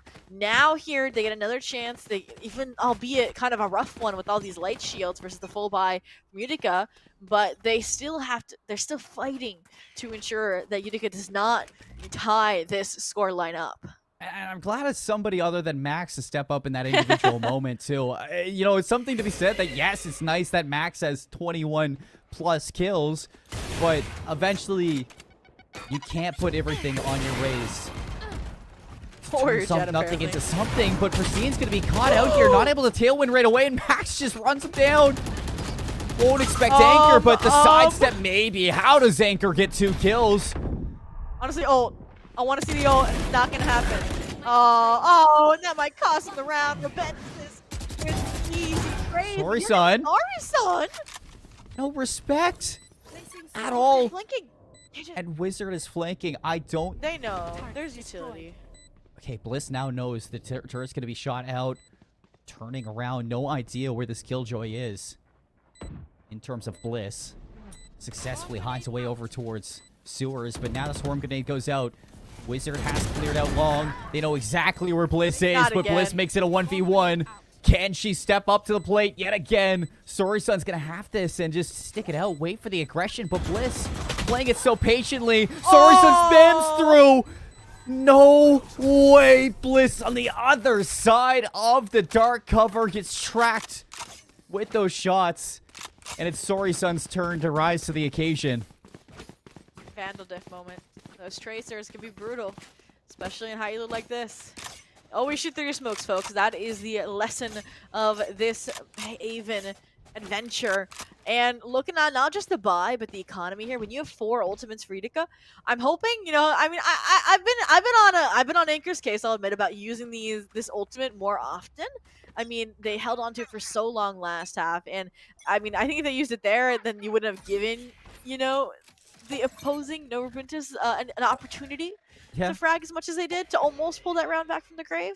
But I don't want to see too many ultimates this round, right? It's an eco. Then you tie things up 10-10. Then you use the ultimates to pull ahead onto 11-10, and you turn this map on its head. Utica really showing up in the later half here on this defense. Pristine was spotted with this Blade Storm and just continuing to keep the attention on him. I know.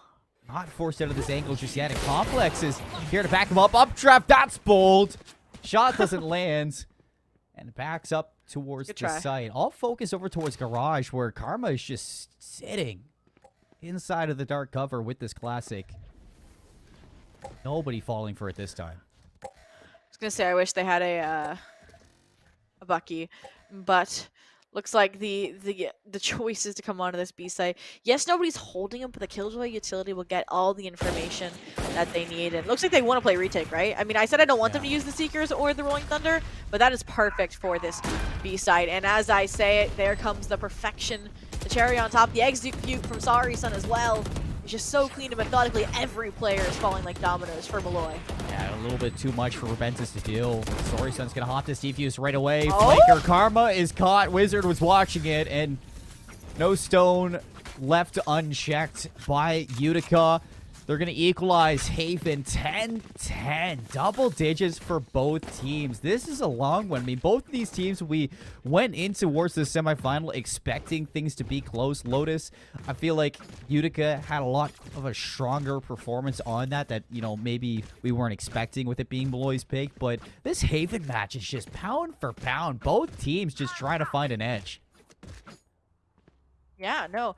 I mean, right when these pivotal rounds happen, I'm like, oh, this is an opportunity for the team to turn it around. It's still that team on top to win it. And now that it's tied, no team is on top. I mean, Blades are popped, but then the Seekers are counter. Wizard as well, being the first line of defense. Even with Sari's in the back pocket, they're just going to play retake here, probably off the Seekers. Yeah, nobody's on site to stop this spike from going down. Molloy, the real question is, how do they set up this post plant knowing that the Seekers are available? They're all off site though. They're kind of taking the Utica Lotus C strat. And I don't know how I feel about this. I don't know either. I mean, they have an op posted up. They have a high-low established. The one-way might be the difference maker. But Christine not afraid to take the low ground at all. Oh, that's how you disable the one-way. So hard. Rubentis now on the flank. The Blade Storm on point. 4 kills, make it 5. Rubentis with the ultimate. It's an ace. I mean, yes, if they all stay C-long, disaster, completely. But Reventus there making quick timing, realizing that that was not the move, as we thoroughly pointed out, Seymour, and quickly realizing that. I want to say it was a paranoia that hit, like, Wizard. And so then again, even just Karma, right? Being that support player, I mean, 11 assists, right, for both them and TN6 here to make sure that these duelists are doing their job, bringing these necessary rounds out. Once again, we go again, back to Rifle v Rifle, since it's been MU on the back foot of the economy game. It's another opportunity to tie things up or pull ahead. I mean, Utica, they might have a wizard, but Molloy, they're magicians right there. It's simple misdirection. Everybody look at us down long. All right, we got a paranoia. Rubentis, do your work. And for real. It is just classic Jet with the Blade Storm, landing their shots. I mean, that is not easy to do at all.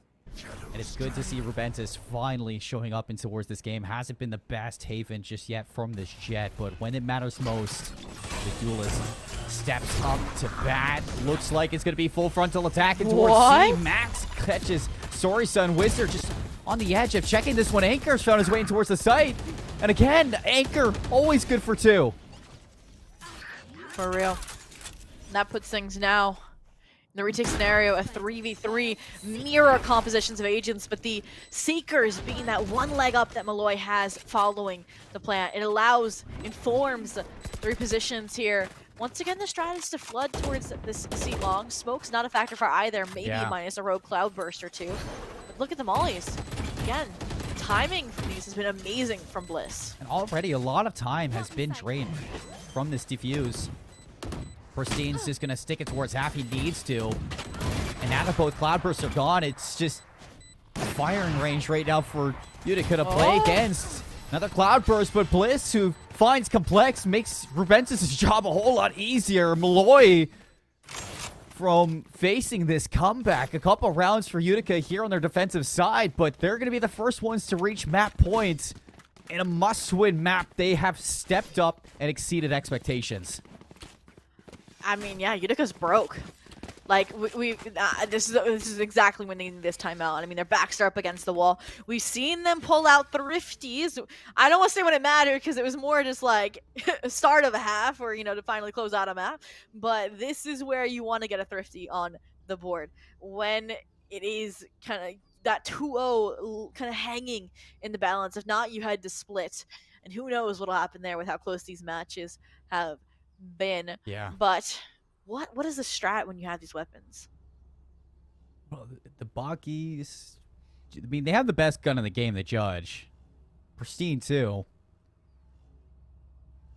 But, like, the Ares is a big question mark, too. I mean, this buy works, but it only works if you can really stack them on top of each other and really hold these close angles. If Molloy gets the spike down and sets up another post plan, it's done. Yeah. Utica, they need to be able to kind of gatekeep these sites now. They can't allow this spike to get planted. The saving grace here is that they aren't trying to go for C, which is an interesting choice by Molloy, considering they probably could have predicted the close-range weapons. And we've seen the damage that the Jet can do, that Pristine is able to accomplish in this position. I kind of don't want to see the same smoke, because then it might get read by Molloy. I also don't want to see them over-peaking this. I mean, they get the information from the dog, and I don't think the dog's going to see them the Trailblazer either. doesn't see it. Yeah. Oh, but they should have seen Pristine up top. They didn't. Nobody's looking up. Oh, my God. Look up. Oh, my God. Is 2 enough, though? That's the question. The lockdown comes online after that kill, and now if they use that post plant, they're in a similarly kind of dangerous hole. Anchor's one away from the There it Rolling is. Thunder, and here's the lockdown to stall things out. Spike planted. Ball is in Pioneer's court on what they need to do, and now they know that there's a flank coming out from Wizard. Karma's going to re-up on the dark cover, blocking off Heaven. No eyes for Anchor to make anything of. Oh, huge paranoia. Paranoia towards the spawn. Still time just being delayed. Karma now all alone. Good for 2. Almost a third. Complex, the Ares, doing the most. Bliss, we've seen again. Bliss before in a 1v2. This exact same spot. Last time it didn't work. But now with the Phantom, Bliss, she's going to send us to split. I had to focus for a second. Oh my goodness, Seymour. I had my predictions before the break. We're not going to disclose what those were. But, I mean, Bliss just stepping up when it mattered there in that second half specifically. If I had to choose an MVP for each half for Molloy, obviously it goes to Max, like, first half, right? I mean, For just sure. that anchor on the B site, like, prodding when necessary to completely dismantle some of these rotations that we're trying to get accomplished by Utica Blue. And I mean, even just that, obviously the clip, the ace, you got to give it to them. And I mean, they were just playing beautifully, like, with their secondary duelist as well. Like, that was kind of lacking, I felt like, over on Lotus. So they cleaned that up, which was great. And then, like I said, Bliss, like, somehow finding their mojo. I think it's because maybe there was a lot more plans that they could play post plant in. I feel like that's a situation I often find myself in these competitive matchups. But regardless, I'm proud that this turnaround has occurred. I'm proud too for Molloy. You know, Bliss in those moments, always good to locate the flanker as well. I don't think the Pioneers ever had somebody flank through mid window without it being checked in that post plant position. So Molloy always good for, watching their backs in that moment. And you can't go without talking about that ace coming out from Rebentus with the Blade No, that's Storm. what I'm saying, That is such a large turning point for Molloy. I mean, in a rifle round 2 for Utica having to play against that. I mean, that round kind of breaks the economy of Utica and forces them into kind of a back and forth situation where they have to win a rifle round to come, and then towards the end that economy's just broken. So I'm right there with you. I'm really proud of Molloy and what they brought towards that Haven. Both teams take each other's map pick, and we see down low, we gotta talk about Max. Six first bloods on that defensive side. I kind of said that Haven on defense, it becomes a lot easier when your duelist is actually successfully walking in towards the defensive space or the attacking space and finding those first bloods. And Max did it so often. I talked about how most of the time on Utica's attack, they're playing 4v5s. Yeah, no. And I mean, that even was kind of a change, right? Because I do feel like it was a hit or a miss with Max either getting the first blood or getting first blooded when they were on the defense. So great improvement from that regard. And as we get ready to move over to, Split, another double duelist map where they keep Max on the Raze and, Ventus on the Jet. I'm hopeful. Like maybe they should swap the roles on Lotus too at this rate, right? I mean, that was their Lotus debut. They tried swapping the roles. Just keep it the same. You're already running the, your Raze on the other maps. Why change it now? Yeah. But there is one difference for this matchup in that the sides are going to be swapped. Molloy will be starting out on the attack. Utica Blue will be starting out on the defense. Are there any kind of things any concerns that arise from that in your eyes, Seymour? Well, the only concern I have right now for the Pioneers is that heading towards Split, inside of the ECC, they don't have any competitive record on Split. So this is the first time we're going to have them play Split inside of the East Coast Conference, whereas Molloy, they're 3-0 on this map. They've played it a lot inside of the ECC and found success. So I'm sure off of the momentum, off of a win inside Haven, Molloy are looking good to put this one away heading in towards map 3. But not to say that the Pioneers, they're a team to just overlook in this one. Both teams have found their success, and we're going to be seeing a grand finalist after this break. Who's going to take Split?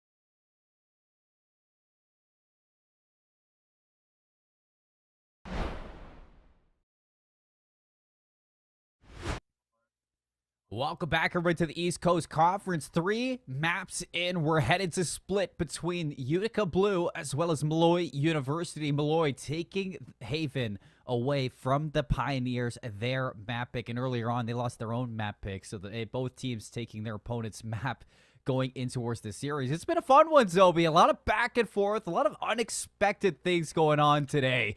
And now heading over to split. How you feeling about this matchup? I mean, I feel like every single member of both of these teams has had their star moment. I'm not going to lie to you. I feel like we've highlighted every single one at different times, and that makes this map that much more interesting. But I'm glad you pointed out map picks and like histories with these teams because, I mean, we talked about it. No, Lotus was lost by Molloy. Molloy had never played the map. Now, if we're putting that lens on to, Utica Blue, they have never played Split. Like, in ECC, mind you guys. I'm sure they've played the map before. And that's a scary prospect. I mean, we were theorizing over kind of what the composition they're going to bring is, and we can't even pinpoint it. And I'm wondering if, if these teams are doing VOD review, if that will give benefit to Utica Blue, perhaps. I mean, I feel like you can maybe expect the double duelist considering how often they go double duelist from Molloy, so Utica might have had a clue, but we were talking about it. We don't know if we're going to see, Wizard on a Cypher. Are they going to stick to the KJ? Are they going to go, a double controller, no Sentinel? We'll have to wait and see, especially as we get ready to jump in to Agent Select. I mean, well, let's just find it. There it is! The Killjoys! I love my Killjoys! They're already locked in! If it ain't broke, don't fix it, Seymour. Exactly. Why not? Why not? Why take Wizard away from Killjoy when they've been playing so well? And Bliss wins the game on the Killjoy as well. So why not stick with the Killjoys going into this one? But you know what? When push comes to shove, people have been playing Split for a very long time. I don't expect these teams to be very, I guess, disoriented when going towards this map 3, even if you haven't played it whatsoever. It's not like it's Sunset. It's not like it's Breeze. So they're going to be ready to go to play what they feel comfortable playing. And, personally, I'm surprised seeing the Killjoys over the Cypher. I think that Cypher has just become such a strong pick on a map like this. But with how comfortable they're looking on these agents, I'm not upset about it. I think I agree with you that they're looking really strong in the Killjoys, which is why they're still here. But what's interesting to me is Molloy, no matter what they're going through, is sticking to this double duelist. Again, it's going to be the Raze for Max, Reventus on the Jet, but they're going, basically the shortcoming of this is that they're going for the single controller. There's no Viper, and you still have that Viper, so this defensive half, we talked about it, they've swapped sides. We have, Utica starting on the defense. They're on the left side of your screen for once, guys, and that scares me because you not only have a Sentinel now, but you have a pseudo Sentinel, and it's gonna be hard to get the momentum started, which we know is what Molloy kind of needs. Oh, that's a lovely pop flash there from the guiding light. Lots of information, and right away Molloy are like, well, the jig is up. Let's go. Satchels and Tailwind in. Max to the high ground. Reventus, the low ground. And now sticking into towards this one, Snakebite, but doesn't expect the swing. Bliss gonna double down. Wizard makes himself known, but put down by the Ghost of Bliss. A 1v2 for Molloy. Look how weak both members are. Karma, as well as Max, very low. This Ghost gonna do a lot of damage to the body. And we're planning for Heaven out in the open here. This is... Oh, it's not. I lied. I'm just blind. I was going to say, that would have been very risky, but the safe plant saves the round as Max gets a third. And, I put in so much work, Utica, hyping up the fact that you had this, Pseudo Sentinel and the Sentinel, and then neither, gets fragged. Yeah. Oh, they just get rolled. I mean, I thought they heard the satchels, or at least there was a calm from the player on site, but no, Wizard just gets overwhelmed. You were even thinking going into this one, like, does Anchor bring out the Breach again, or do we see the Viper? Well, I'm happy that it is the Viper. Is that going to be an undoing? No, is it going to be their undoing? Viper is just so good at denying information on a map like Split where, there's already not a lot to go around. But I mean, even then, I feel like both these teams have been doing a good job of managing information. Like you said, it was hard for Molloy to deal with the Breach. So the Breach is no longer a factor in the equation. So does that just give them the solution to this map 3? Could be.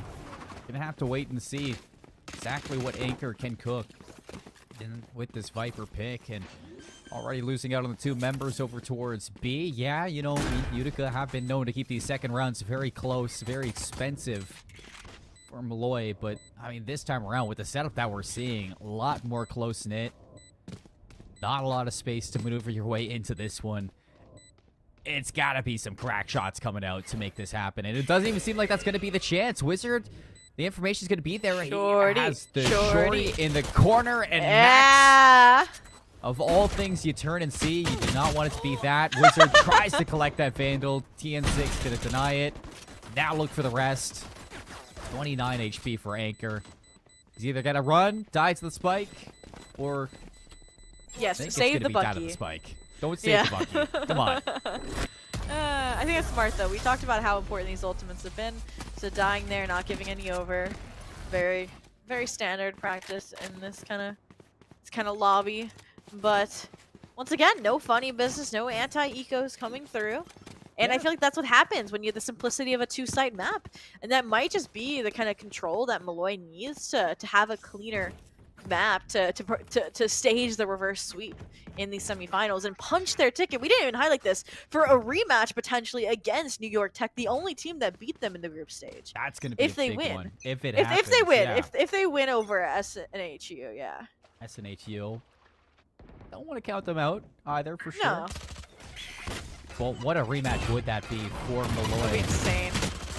So many trials. Max about to get caught out while trying to pivot into this B-heaven position. So cautious little- from Pristine. Yeah, I mean, we saw how many times they were caught on an island on the A site for Lotus. They don't want the same thing to happen here. But even then, the repivot from B heaven to A heaven is gonna get spotted out by this alarm bot. So here comes the redemption arc for my two duelists. My two sentinels, the sentinel and the pseudo sentinel. Let's see what they can do. Well, Wizard, the Phantom just waiting in the wing, hiding in the... Exactly what the defensive doctor ordered to get them that first round, and very strongly at that. So they keep the economy from Molloy in check. They keep theirs own healthy as well. Should be able to get a bye, hopefully, even if they lose this round for most members. And it's just gonna be some clean. I'm gonna call it vanilla Valorant because there's not really too many ults. I mean, yes, maybe Max will get a showstopper in here, or maybe we'll see a lockdown if Wizard goes huge. But you gotta get a frag for that first. Yeah. One ult sort of away from that. Gonna give it up towards the teammate. And, if anything, Max just wants to fight for the frag to get that ultimate online. But a little bit of damage here and there from Molloy. Nothing too threatening right now from the Pioneers. Yeah. I think it's just this toxic screen. Adding a layer of uncertainty, like you said, a lack of information. They want to brave that threshold. And it's smart. I've seen it decimate on those B-side bind defenses, and this is no different. Especially when you have that Raze right on the other side holding fence here. The challenge rotate mid with the presence being maintained by Max is, I think, the right call. But you walk through that screen, it's not only the Raze, but it's the alarm bot. It's just so much attention. Oh, you're there. right. Like, but Max is still gonna go for it. The alarm bot's gonna give it away. Complex, a couple shots through the box, and here's the toxic screen. But that's gonna draw some attention back. Though Karma gets caught, and There's no that will trade. slow things down. Nobody there to trade it out. Max goes down at A. Things quickly falling apart for Molloy. Even Sori-san finds a kill. And that is the crux of the issue of the single controller. You lose that Owen who, like we said, likes to play aggressive, and you have no smokes, no execution potential.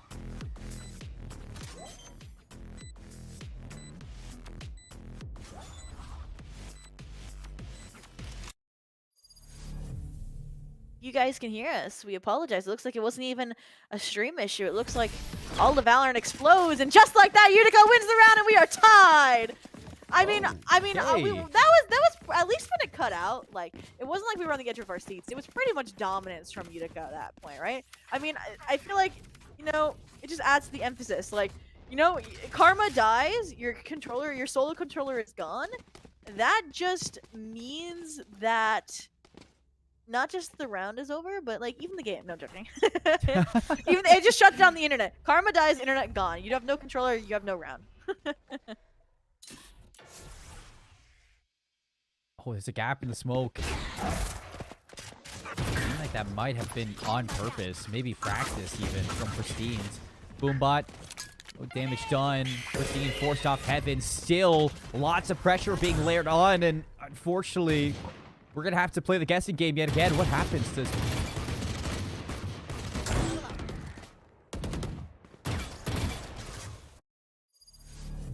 so many players barreling into this B site, and sounds like He made it out. they make it. Wait, how did nobody die? It's still a 5-on-5. They just like reversed the round for us. That's what happened here. They're like, all right, we realize stream has gone down. We're not gonna follow through in this execution. We're not gonna give any frags to either way, Yeah, and we're just played gonna out. rehit. Now we rehit. We resume about where we the left off. entertainment. No, they're resuming where they left off. Look at this. Yeah. All for the stream. Sorry, son. Now looking to finesse it around the pillar. Good for the first kill into Karma. And here's Pristine now. We're going to double down. Sorry, son. Double kill. Works for the third. Rebentis still collecting kills on the Spectre.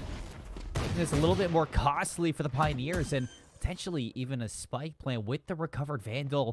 It's Max and Rebentis, the double duelist, looking to work together to get this done. It's tough to hit those shots, but Max makes it look easy. Rebentis still on full HP. Max has to be careful. They know Complex is going to be working from their spawn. Shots from Rebentis. The showstopper from Max is going to slow this down completely, but Wizard forcing the 1v1. Rebentis now on 3. Max listening for Complex. They set up the crossfire, but Complex doesn't care. The double kill takes the lead for the Pioneers. I mean, looking at how that round started, though, Molloy didn't have the weapons in their favor. And the fact that they're able to once again make it this close does give me the vibe that finally for a map, like, Molloy is in control of the momentum.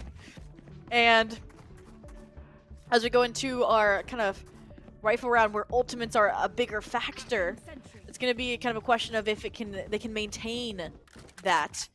And for now, it looks like the goal is to head directly into the ASI. No lurks, no funny business, but we've seen their issues with challenging this Viper wall. So what has changed? I've got your trail. I think maybe just a little bit more comfortable on split, like you said. Not a lot of competitive experience here in the ECC. And Anchor again, living, thriving on site. Finds the one, Wizard a second, but the trades allow Molloy on. Yeah, it's like either, you know, Anchor and Wizard get all 5, or they fall, and Molloy has a really good chance of winning the round. Spike comes out. Boys, deal with that lockdown. They're going to use it right away, but Sorry's going to be here. Pristine makes it all the way into the black, flying high. Lockdown gets destroyed. Karma now has to pick up the pace, but the paint shells at just the right time forces him forward. Sorry, Son's gonna get that defuse. In Utica, their lead grows to 2. I mean, at this point, it feels like a complete change of what we saw from Lotus and Haven, right? I feel like on those 2 maps, we saw like the utmost respect for the plants, and like it was such a structured kind of like site take and retake process where there was very little clash like as the site take was occurring, right? Maybe A site Haven was the only somewhat exception just because of how the site works, but here like they are dying by their sites. Like they are willing to put their life on the line for it, and maybe it's also just because rotations are that much faster on a closer map like this, especially with 2 sites, but it's definitely making things more chaotic, and you got to figure out how to manage that chaos. Seekers right away as well from the Pioneers, just trying to locate and pin down where these members of Molloy are.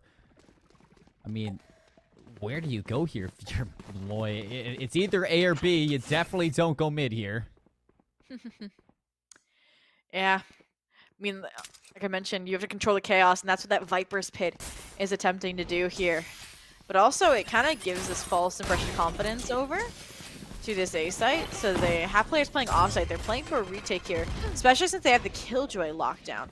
But I want Rebentis to get aggressive. I want them to extend into CT, but for now that hasn't happened. So this gives the opportunity over, like I said, for that retake strategy to come into play. I'm Here it very comes. hesitant to make that happen, and now here's the lockdown. Retake slowly going to unravel. TN6 working their way in towards heaven, but TN6 does go down, and that was Rebentis' turn. Bliss on site finds one. The reposition from the shadows. Heaven control now for Molloy. Utica had to be careful with the planted for them. Rebentis trying to work their way back in, but Anchor sneaks his way around, and the dark cover is going to allow the defuse. to come through right under the nose of Karma. Anchor finds their 4th into the round, but Utica just putting on a masterclass here on defense for their retakes. They're not afraid to get up these plants to Molloy.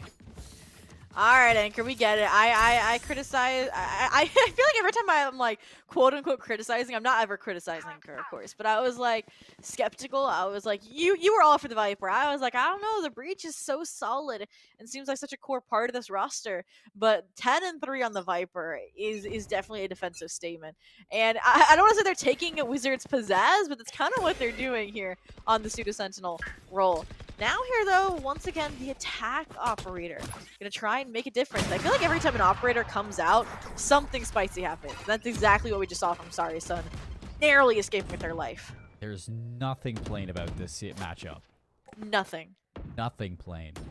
The best spices were used to create this concoction. Now, for Utica, will their lead keep growing? With this Thrifty round, I imagine it should be an easy cleanup for a map like Split. It's not easy to pop off with this lesser buy, but at the same time, you know, we've seen Thrifties today. Can we get it again behind this operator? Proceed's gonna get caught blindsided, and now the gates are open for them to flood out. But do they expect 2 more? Sorry, son. The shot misses. Bliss TN6 damage control. It's a 3 or 4 versus 2. Oh, and it's the 2 players that have no information utility for the retake. Like, yeah, you can rob the enemy team of information, but they don't need it. They just need to hold down the spike. That's listed on their minimap. So, I mean, I don't think the economy's situation's in shambles for them, so I think they should try and go for this, which is why they're trying to block the visibility, try and cut these sight lines shorter with that cloud, but even then, they're just kind of avoiding the angles it holds.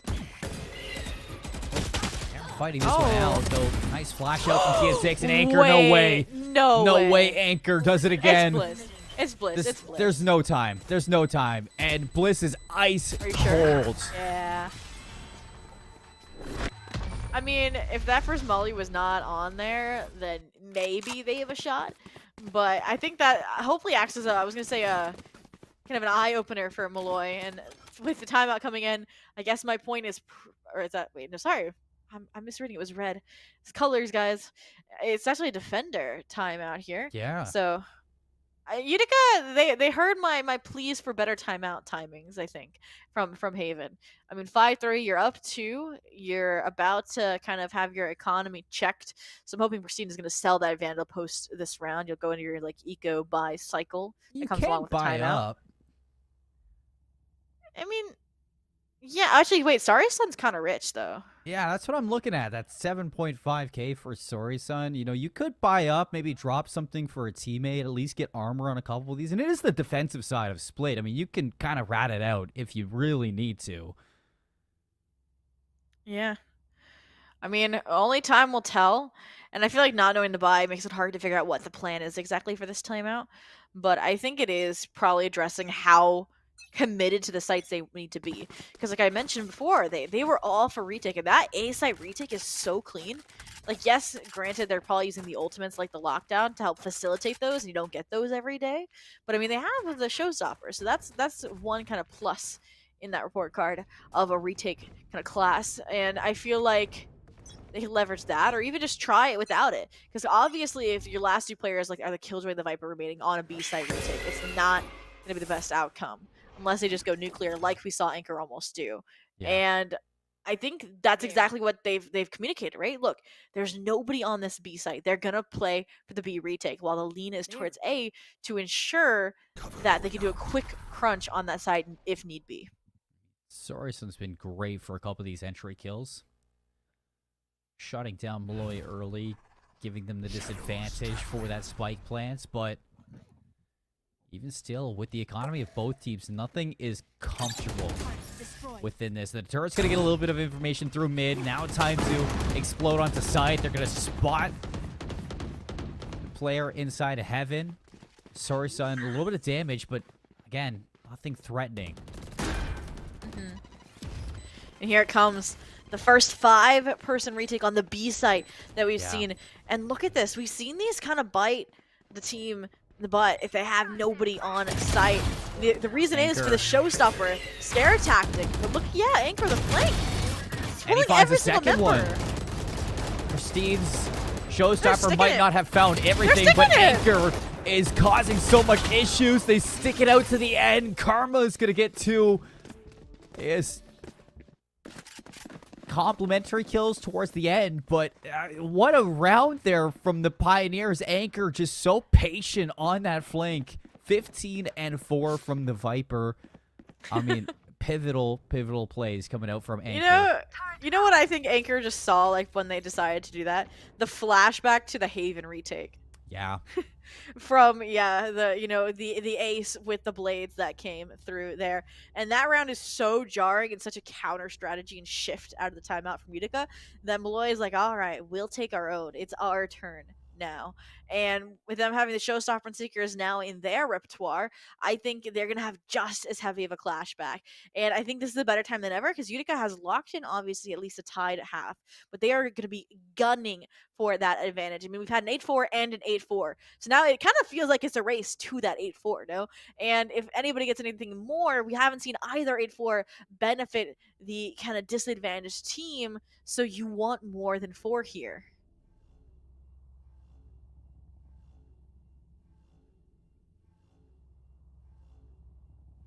Well, What do they do to did get they, it? Yeah, I was Yeah. gonna say, like, what are they going to put together Mind here meld. with just these sheriffs? A seeker and showstopper again. You don't expect it to get used here, but if maybe Rebentis or Mask can find one of these opening kills, then you'd expect these ultimates to be called to action. It's going to be a slow one, though, for Molloy. Not looking to give up any mistakes for free. Pristine is going to get some info over through mid. Sees one in market, but that's about it. It's all 4 members from Molloy pushing up to ramps. Here's the Toxic Serene on the other side. Anchor, who's been so good, backs down right away as soon as the showstopper is heard. Oh, no. Oh, and Anchor's even just going to absorb all the pressure, find a kill into Bliss, and that's all you really need. That's back, Spike! Spike down. TN6 as well. They're just feeding into Utica right now. Anchor, no way they just keep giving him kills here. Focus up, but the spray my God. a little bit better. Pristine's going to take down Rebentis. One more left. 4K for Anchor 2D, as that's going to advance him to 19 kills on split. That is a statement round. I mean, you use your timeout to have a dominant turnaround, and then you follow it up with a flawless after the opposing team's timeout. And I mean, not even just 19 kills, but 19-4. They're just like you talked about how fluid they are. They're literally multiple putty. I mean, you place them in ACT, they're gonna deliver. You place them in, B Heaven, they're gonna deliver. You place them in mid, they're gonna deliver. I mean, even retaking the B site, for crying out loud, they almost delivered in a clutch situation. And I mean, they're about to go head-to-head against Anchor here again, trying to challenge this Poison Cloud. It looks like the goal is Max's utility to force their hand, and they can get a solo challenge on a Pristine. How long will that last? It's Anchor's world. We're just living in it at the moment. Yeah. Molloy, they need to figure Up out how into to take Milo. it over. Max, Oh? they expect Pristine to be on this aggressive angle. They do not, but the shots still come through a trade. Sorry, son. Now they should expect him to be here, and the Shrouded Step will be heard. Turret's going to give it away that he's into Garage. But Karma won't find the kill, and Anchor is going to turn things around. No way. 2 versus 4 now for Utica, and Sorry-san is such a pivotal spot here. We'll be able to watch this spike. Molloy, they're going to fight their way out of this one. And Sorry-san is still throwing shoulders, still keeping the attention on him, while Utica have control of Heaven. Everybody has eyes on this spike. It's got to be some pristine shots coming out from these last 2 members of the Lions to draw this one back. 30 seconds to play with Sobi, so there's plenty of time to play around with the time. Yeah. And what we just saw there again from Utica is a demonstration of what I pointed out was kind of what was keeping this so neck and neck, is these overcommitments to the sites. And now that they haven't committed to this B site fully and are instead kind of giving and taking the space back, it's definitely benefiting them. And it's once again forced Bliss now into a save here. As the clock will expire, they go hunting, and Anchor Just gonna add to the KDA. Just Why seems not? like Anchor can't lose a fight right now. Whether mental. it's, you know, a straight one-on-one or hiding in a corner, Anchor literally is living in the minds of Molloy rent-free at the moment, and he does not expect to check out anytime soon. Rent is not overdue. Yeah, I mean, when will it be at this rate? I mean, they just had the pit online. Now it's back online. I mean, I don't even want to see the pit, even though it looks like they're about to invest it in Why the right not? location, because it kind of ties them to it. They can't, unless they get aggressive. Like, usually, like, it can be its own kind of anchor. It is the right call because Molloy's here. Yeah. That's immediately going to force a little bit of hesitation on the Really? back of the Lions. Get back in it. Nice. Integrity to the smoke now going to be forced to back up with the lockdown. Not a bad call from Molloy to get rid of this ultimate, but at the same time, with that really important Killjoy ultimate gone, how good can Molloy make this one? The Stinger from the skies upgrades to the Vandal. Max finds 2. Anchor on 12 HP. Karmu's going to get rid of him. Wizard, a double kill, 1v1, Pristine versus Max, and Pristine's gonna continue on for Utica, 9-3 at the half. Oh my goodness, I said to get more than 4, not less than 4. Oh my goodness. Ah, Molloy. I feel like Max did so much work that round. To just get robbed in the final 1v1 against your clone too is just gotta be heart-wrenching. Especially after you're like, we've brought down the demon that is Anchor on site. And then you realize you're in a 1v1 and at such low HP. And I mean, you just gotta make sure that you don't let it get to you. I mean, I feel like both of these teams, like, it's getting late here. It's getting late on the East Coast. It's 9:30, and they cannot run out of steam. I mean, clearly Anchor's not anytime soon. And Molloy already on the off foot. They're like, yeah, we're gonna put on the gas. We got you, Sierra. I mean, this is pristine gamer hours. At least for Anchor. Spike's gonna be given up right away. Lots of damage onto Utica, at least early on. Gonna have to be cautious not to lose their Sky too early, but Anchor, oh, how good has Anchor been in these moments? A shot from the back, now all attention over towards him. Max with the bailout. Double kill coming out from the Raise, and here's the collapse on site. All 3 members from Utica just backed up around the pillar. Complex, the right clicks land. Rebentis, the Sheriff, a little bit better. Molloy, not out of it just yet. They deny double digits. They get the pistol once again. I mean, they're just pistol demons. I mean, it's just, again, just a head-to-head clash, and the fight's going in favor of Molloy. And, I mean, now you're going to see the buy, and the question is, you know, I feel like it would be kind of poetic, I'm not going to lie to you, if Utica gets an anti-eco here. Do I want that to happen? Am I I can't believe you just wished that into the world. I have to. I have to make it entertaining. I gotta remind them of this, alright? I mean, our producer just brought up an amazing point in chat. Yeah. Is that, like, we're in the second round, and Anchor is over 20 kills. Like, Exactly. I mean, like, if there's a round for it to be anti-eco, it's gonna be when Anchor's leading a charge into Be Heaven. Am I wrong? Oh, but there's No. a judge. oh, this is the best gun in the game. Like I say, I'll never stray away from that. Repentis. No Such a Anchor! good spot to shut this one down. Anchor first to fall. Pristine not too far away. And look at the help coming out from TN6. I mean, that is just a picture-perfect setup in heaven. TN6 even going to make it a full house between the two of them.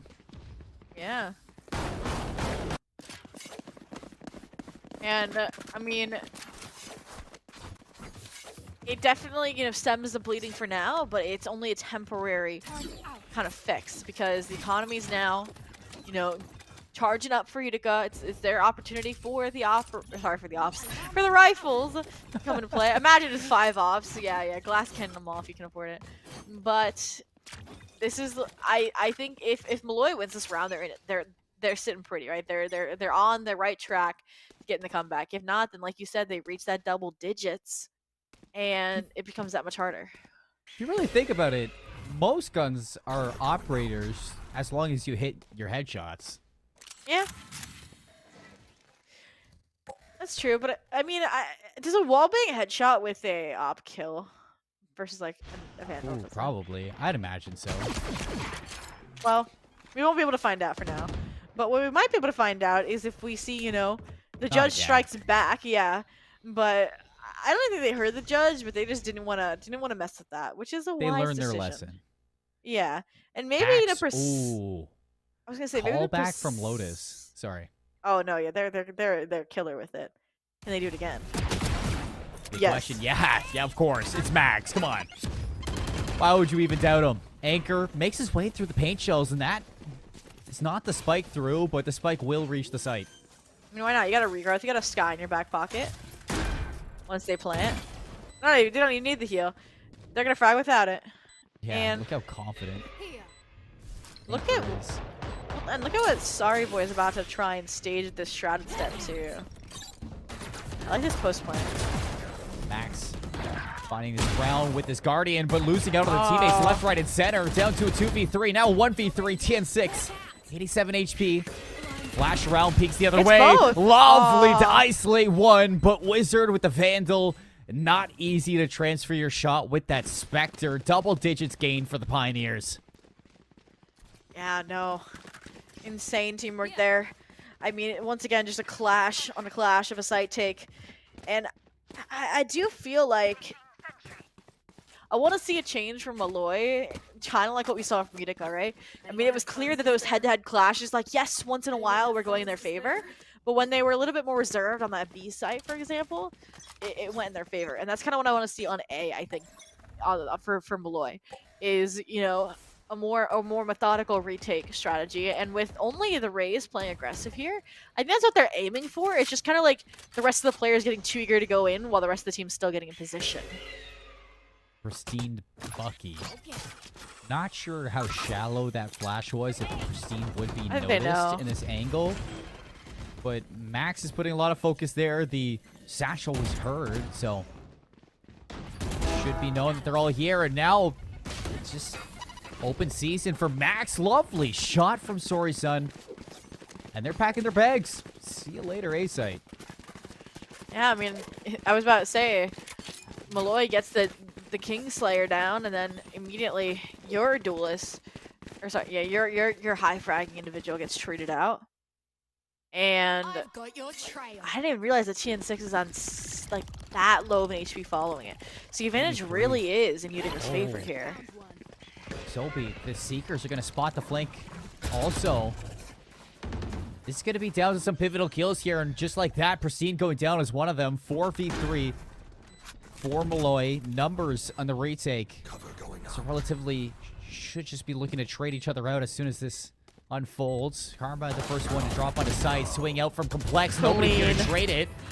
Rebentis finally going to keep that advantage here with shots through the smoke from Wizard. Again, like you said, just so clean from this Killjoy. And TN6, as you highlighted, only 3 HP. It's an easy fight for Wizard to take. 3 kills from Wizard. Pioneers just continuing to push forward. I just want to see like a highlight reel of Complex and Wizard in like 2vx clutches. Because I feel like they're just like, we haven't seen it a lot. I mean, we've seen, I think, like 2 rounds very recently. That round and then the prior on the A side as well. Just, they play so well around each other, off of each other's contact. I don't know if it's just, you know, like telepathy or if it's just immaculate calming. But even there, I mean, the confidence to swing with a frenzy while Wizards swinging to put their life on the line with the Vandal and still walk away with both of you alive and the round is immaculate.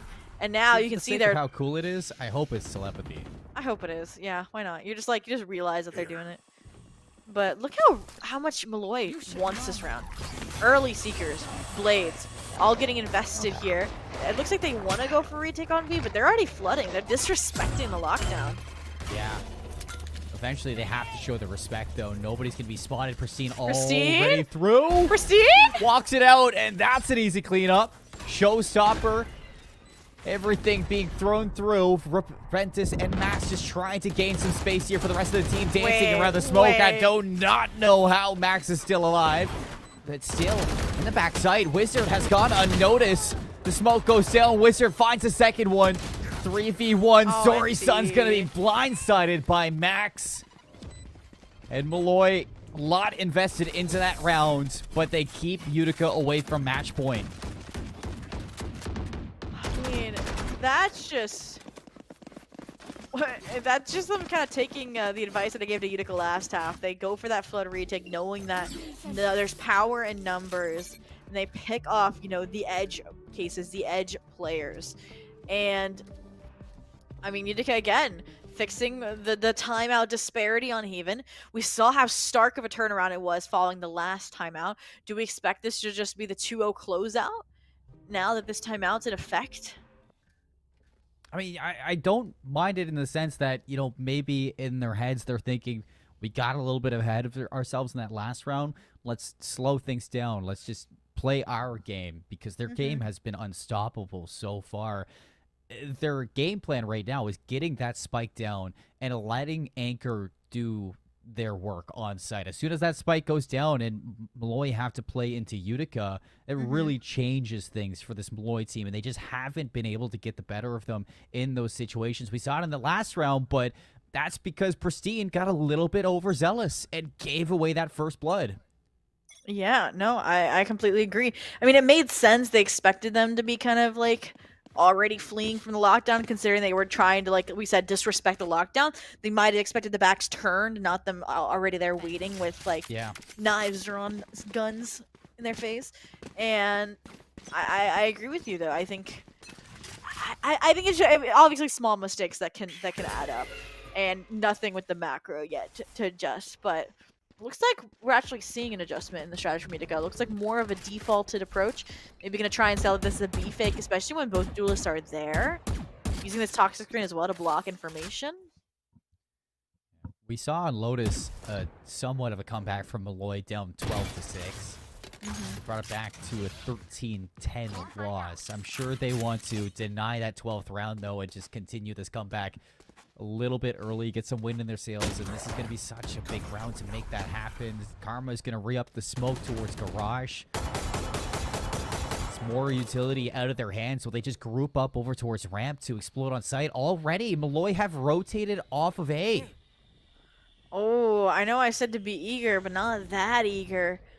I mean, there's going to be so much on Bliss in this situation. At least there's an early indicator from the turret, and you can see that kind of mad dash here into CT by the sky. But is it too late? I want to see Utica stepping on the gas, but they have two players tied up mid here, and this is getting dicey. They're spreading themselves too thin. Here's the rotations finally in from Molloy. They're racing to help out Bliss. Back up inside screens, but they've lost Heaven. Wizard here. Swarm Grenade's going to separate. Max on site. 15 seconds. 15 seconds left, and Max finds that first blood. Spike getting planted. Retake. Not inbound just yet, but they have control of Heaven. But look at Anchor slowly working back in towards this flank. They need this to be clean. Molloy, they need to clear these players out, and they do. Anchor in position. Can he make it happen? Two. Make it three. 1v1, but the spike is not planted. The snake bites out. Bliss is going to be hit, and it's Anchor with the 4K. The snake bite, and all the magic Utica needs.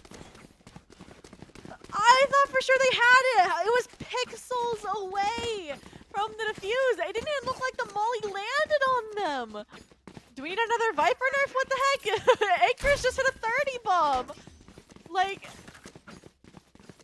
I mean, I would like to quote a very intelligent man that I have the pleasure of working with. They go by the name of Seymour, where they said that if they get the spike down and let Anchor do their job, then it is a done round. Yeah. If there is not any straight evidence for that as last round, I don't know what is.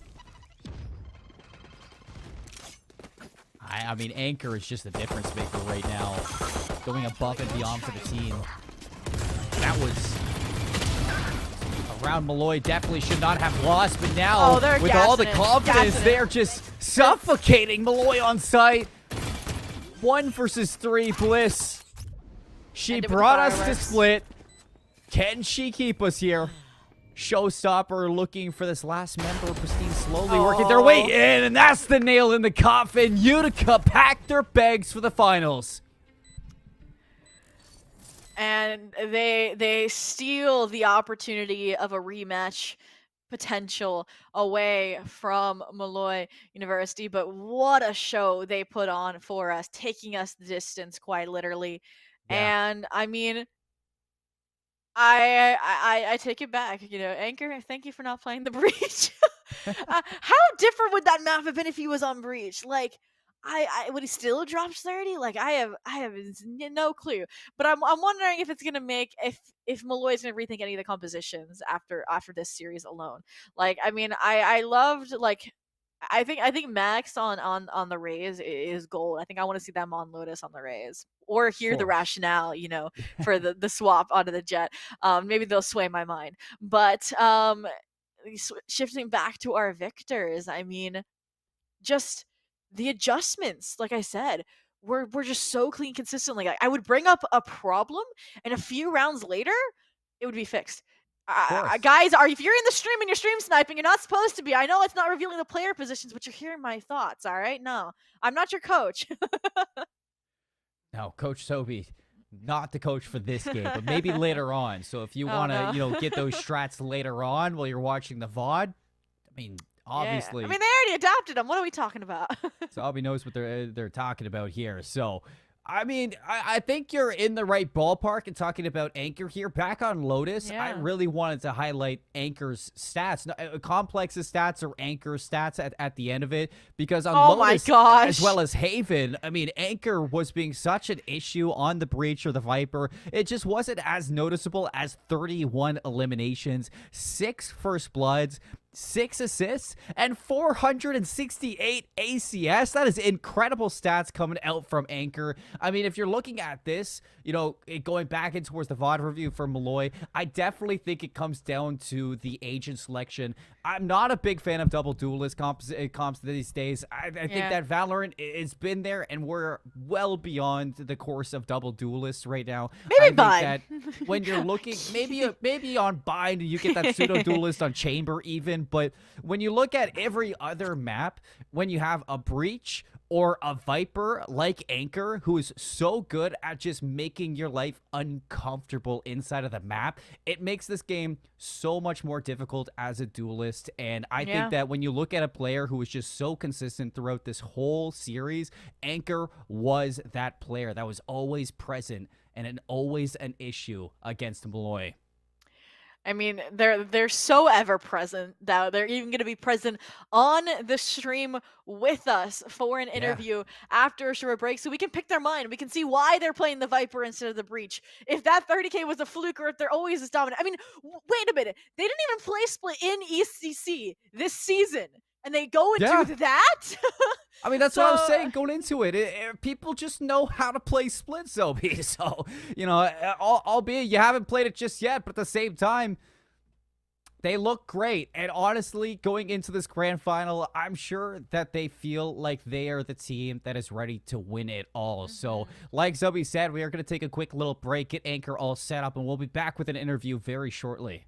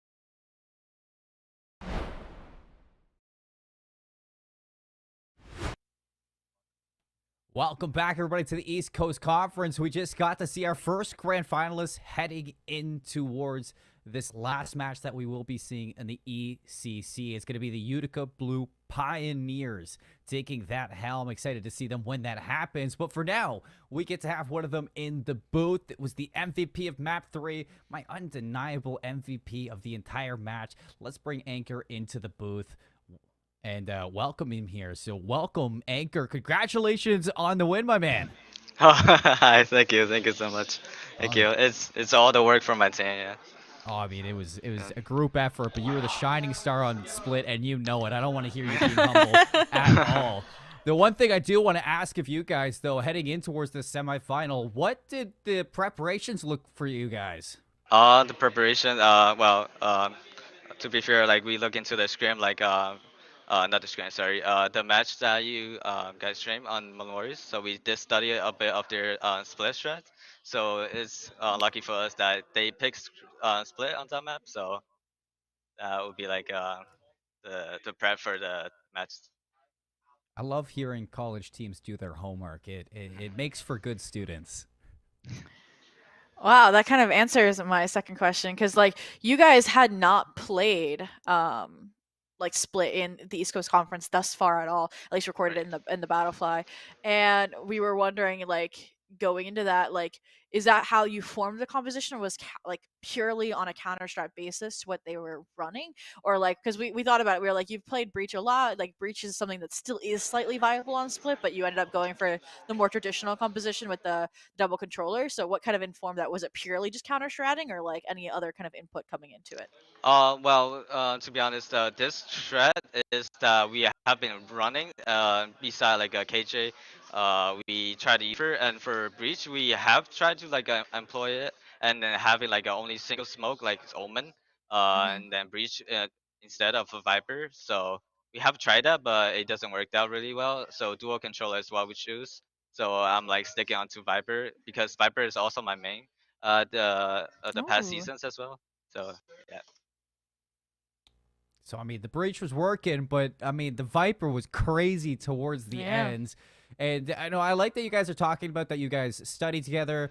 You guys are obviously very well working together on this team. Is there anything to you that like stands out about this team that maybe might stand out against the rest? Like, how do you guys feel playing together?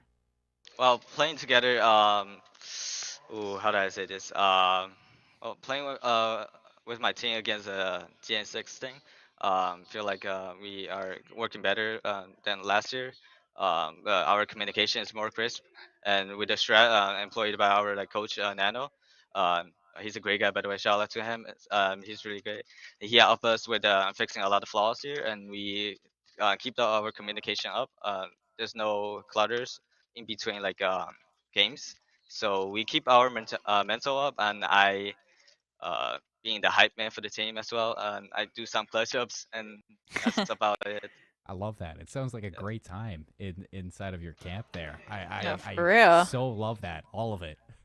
Yep. Well, you talked about being a hype man. So other Yeah. than the motivational speeches happening during the timeouts, I kind of like mentioned during the cast that like the Haven timeout seemed a little bit late versus Yeah. the timeouts on Split were so well timed and addressed so many of the issues that did happen that got the few rounds that Molloy was able to pull out. So Mm. I guess just like what were the main points of discussion in terms of how you were approaching your like your retakes and like the issues? Well, for addressing the retake issues, usually Yeah. we usually like stress out about like not one taking the ones against the enemies when we are having like a lot of util when retaking because the enemy when they take inside they gotta use utility to clear side using the manpower because they are hitting as five or sometimes as four and leaving another one lurking mid or somewhere. So we just need to Hmm. retake together as a team and then trade each other as a duo on site. You need to trust your duo to like win the game. In this case, so we trust our team. We form as a bound, and we when we retake, we just play like together. Hmm. Yep. Seems like it truly is an unstoppable bond with the way that you guys were playing on Lotus. I mean, your split looked fantastic. The prep, it paid off, and you guys honestly look great heading in towards this, into the grand finals. I'm excited to see you guys, but on the other side of the semifinals, you got SNHU and New York Tech battling it out. Is there a team that you would prefer to play into the Worlds Finals? Who do you want to see play against you guys? Well, I'm not sure. I would say SNHU. Yeah? Well, Yep, I guess think so. what? You get your wish. Oh. SNHU 2-0'd, NYIT. So with that, do you have any words that you wanna send to SNHU to get in their mind before those grand finals? Well, this year we gonna get the championship. So Oh, I like it. Fighting words. Well, yeah. that does bring the interview to a conclusion. So is there anybody you wanna thank like on your team or beyond like Uh, support staff or anything? yeah, I want to thank my smoke. Sorry, son. This guy impostered me last time. This is imposter. Brand, the duelist. Eden, the IGL. I'm just a co-IGL at this point. And then my boy Huh. CJ. He's a he's a troll man, funny man. I love him. And I shout out to my boy Joyce, and he's like here supporting me. Shout out to Dan, the director for the esports program. Utica University. And without him, like we couldn't really do much here, playing all like around this area here. And shout out to the Mm-hmm. program for the Utica esport, and shout out to my girlfriend who support me all the time and my family. Thank you. Wholesome. Aw. Well, thank you so much. And that does bring at least this week's coverage of the East Coast Conference Valorant to a close. So thank you for your time, Anchor. But fear not, everybody. All right, there's more ECC action coming at you hot tomorrow. We have at 6 p.m. Eastern Time the Overwatch 2 finals, Southern New Hampshire versus College of Staten Island. And then after that at 8 p.m. Eastern Time, you have the ECC League of Legends finals, where it's Southern New Hampshire. And you also get Molloy to maybe right the wrongs of this semifinals and maybe get a victory over in the world of League of Legends. But Ooh. either way, those are going to be some great matchups, some familiar, obviously, school names. So with that, Seymour, is there anything else you'd like to say?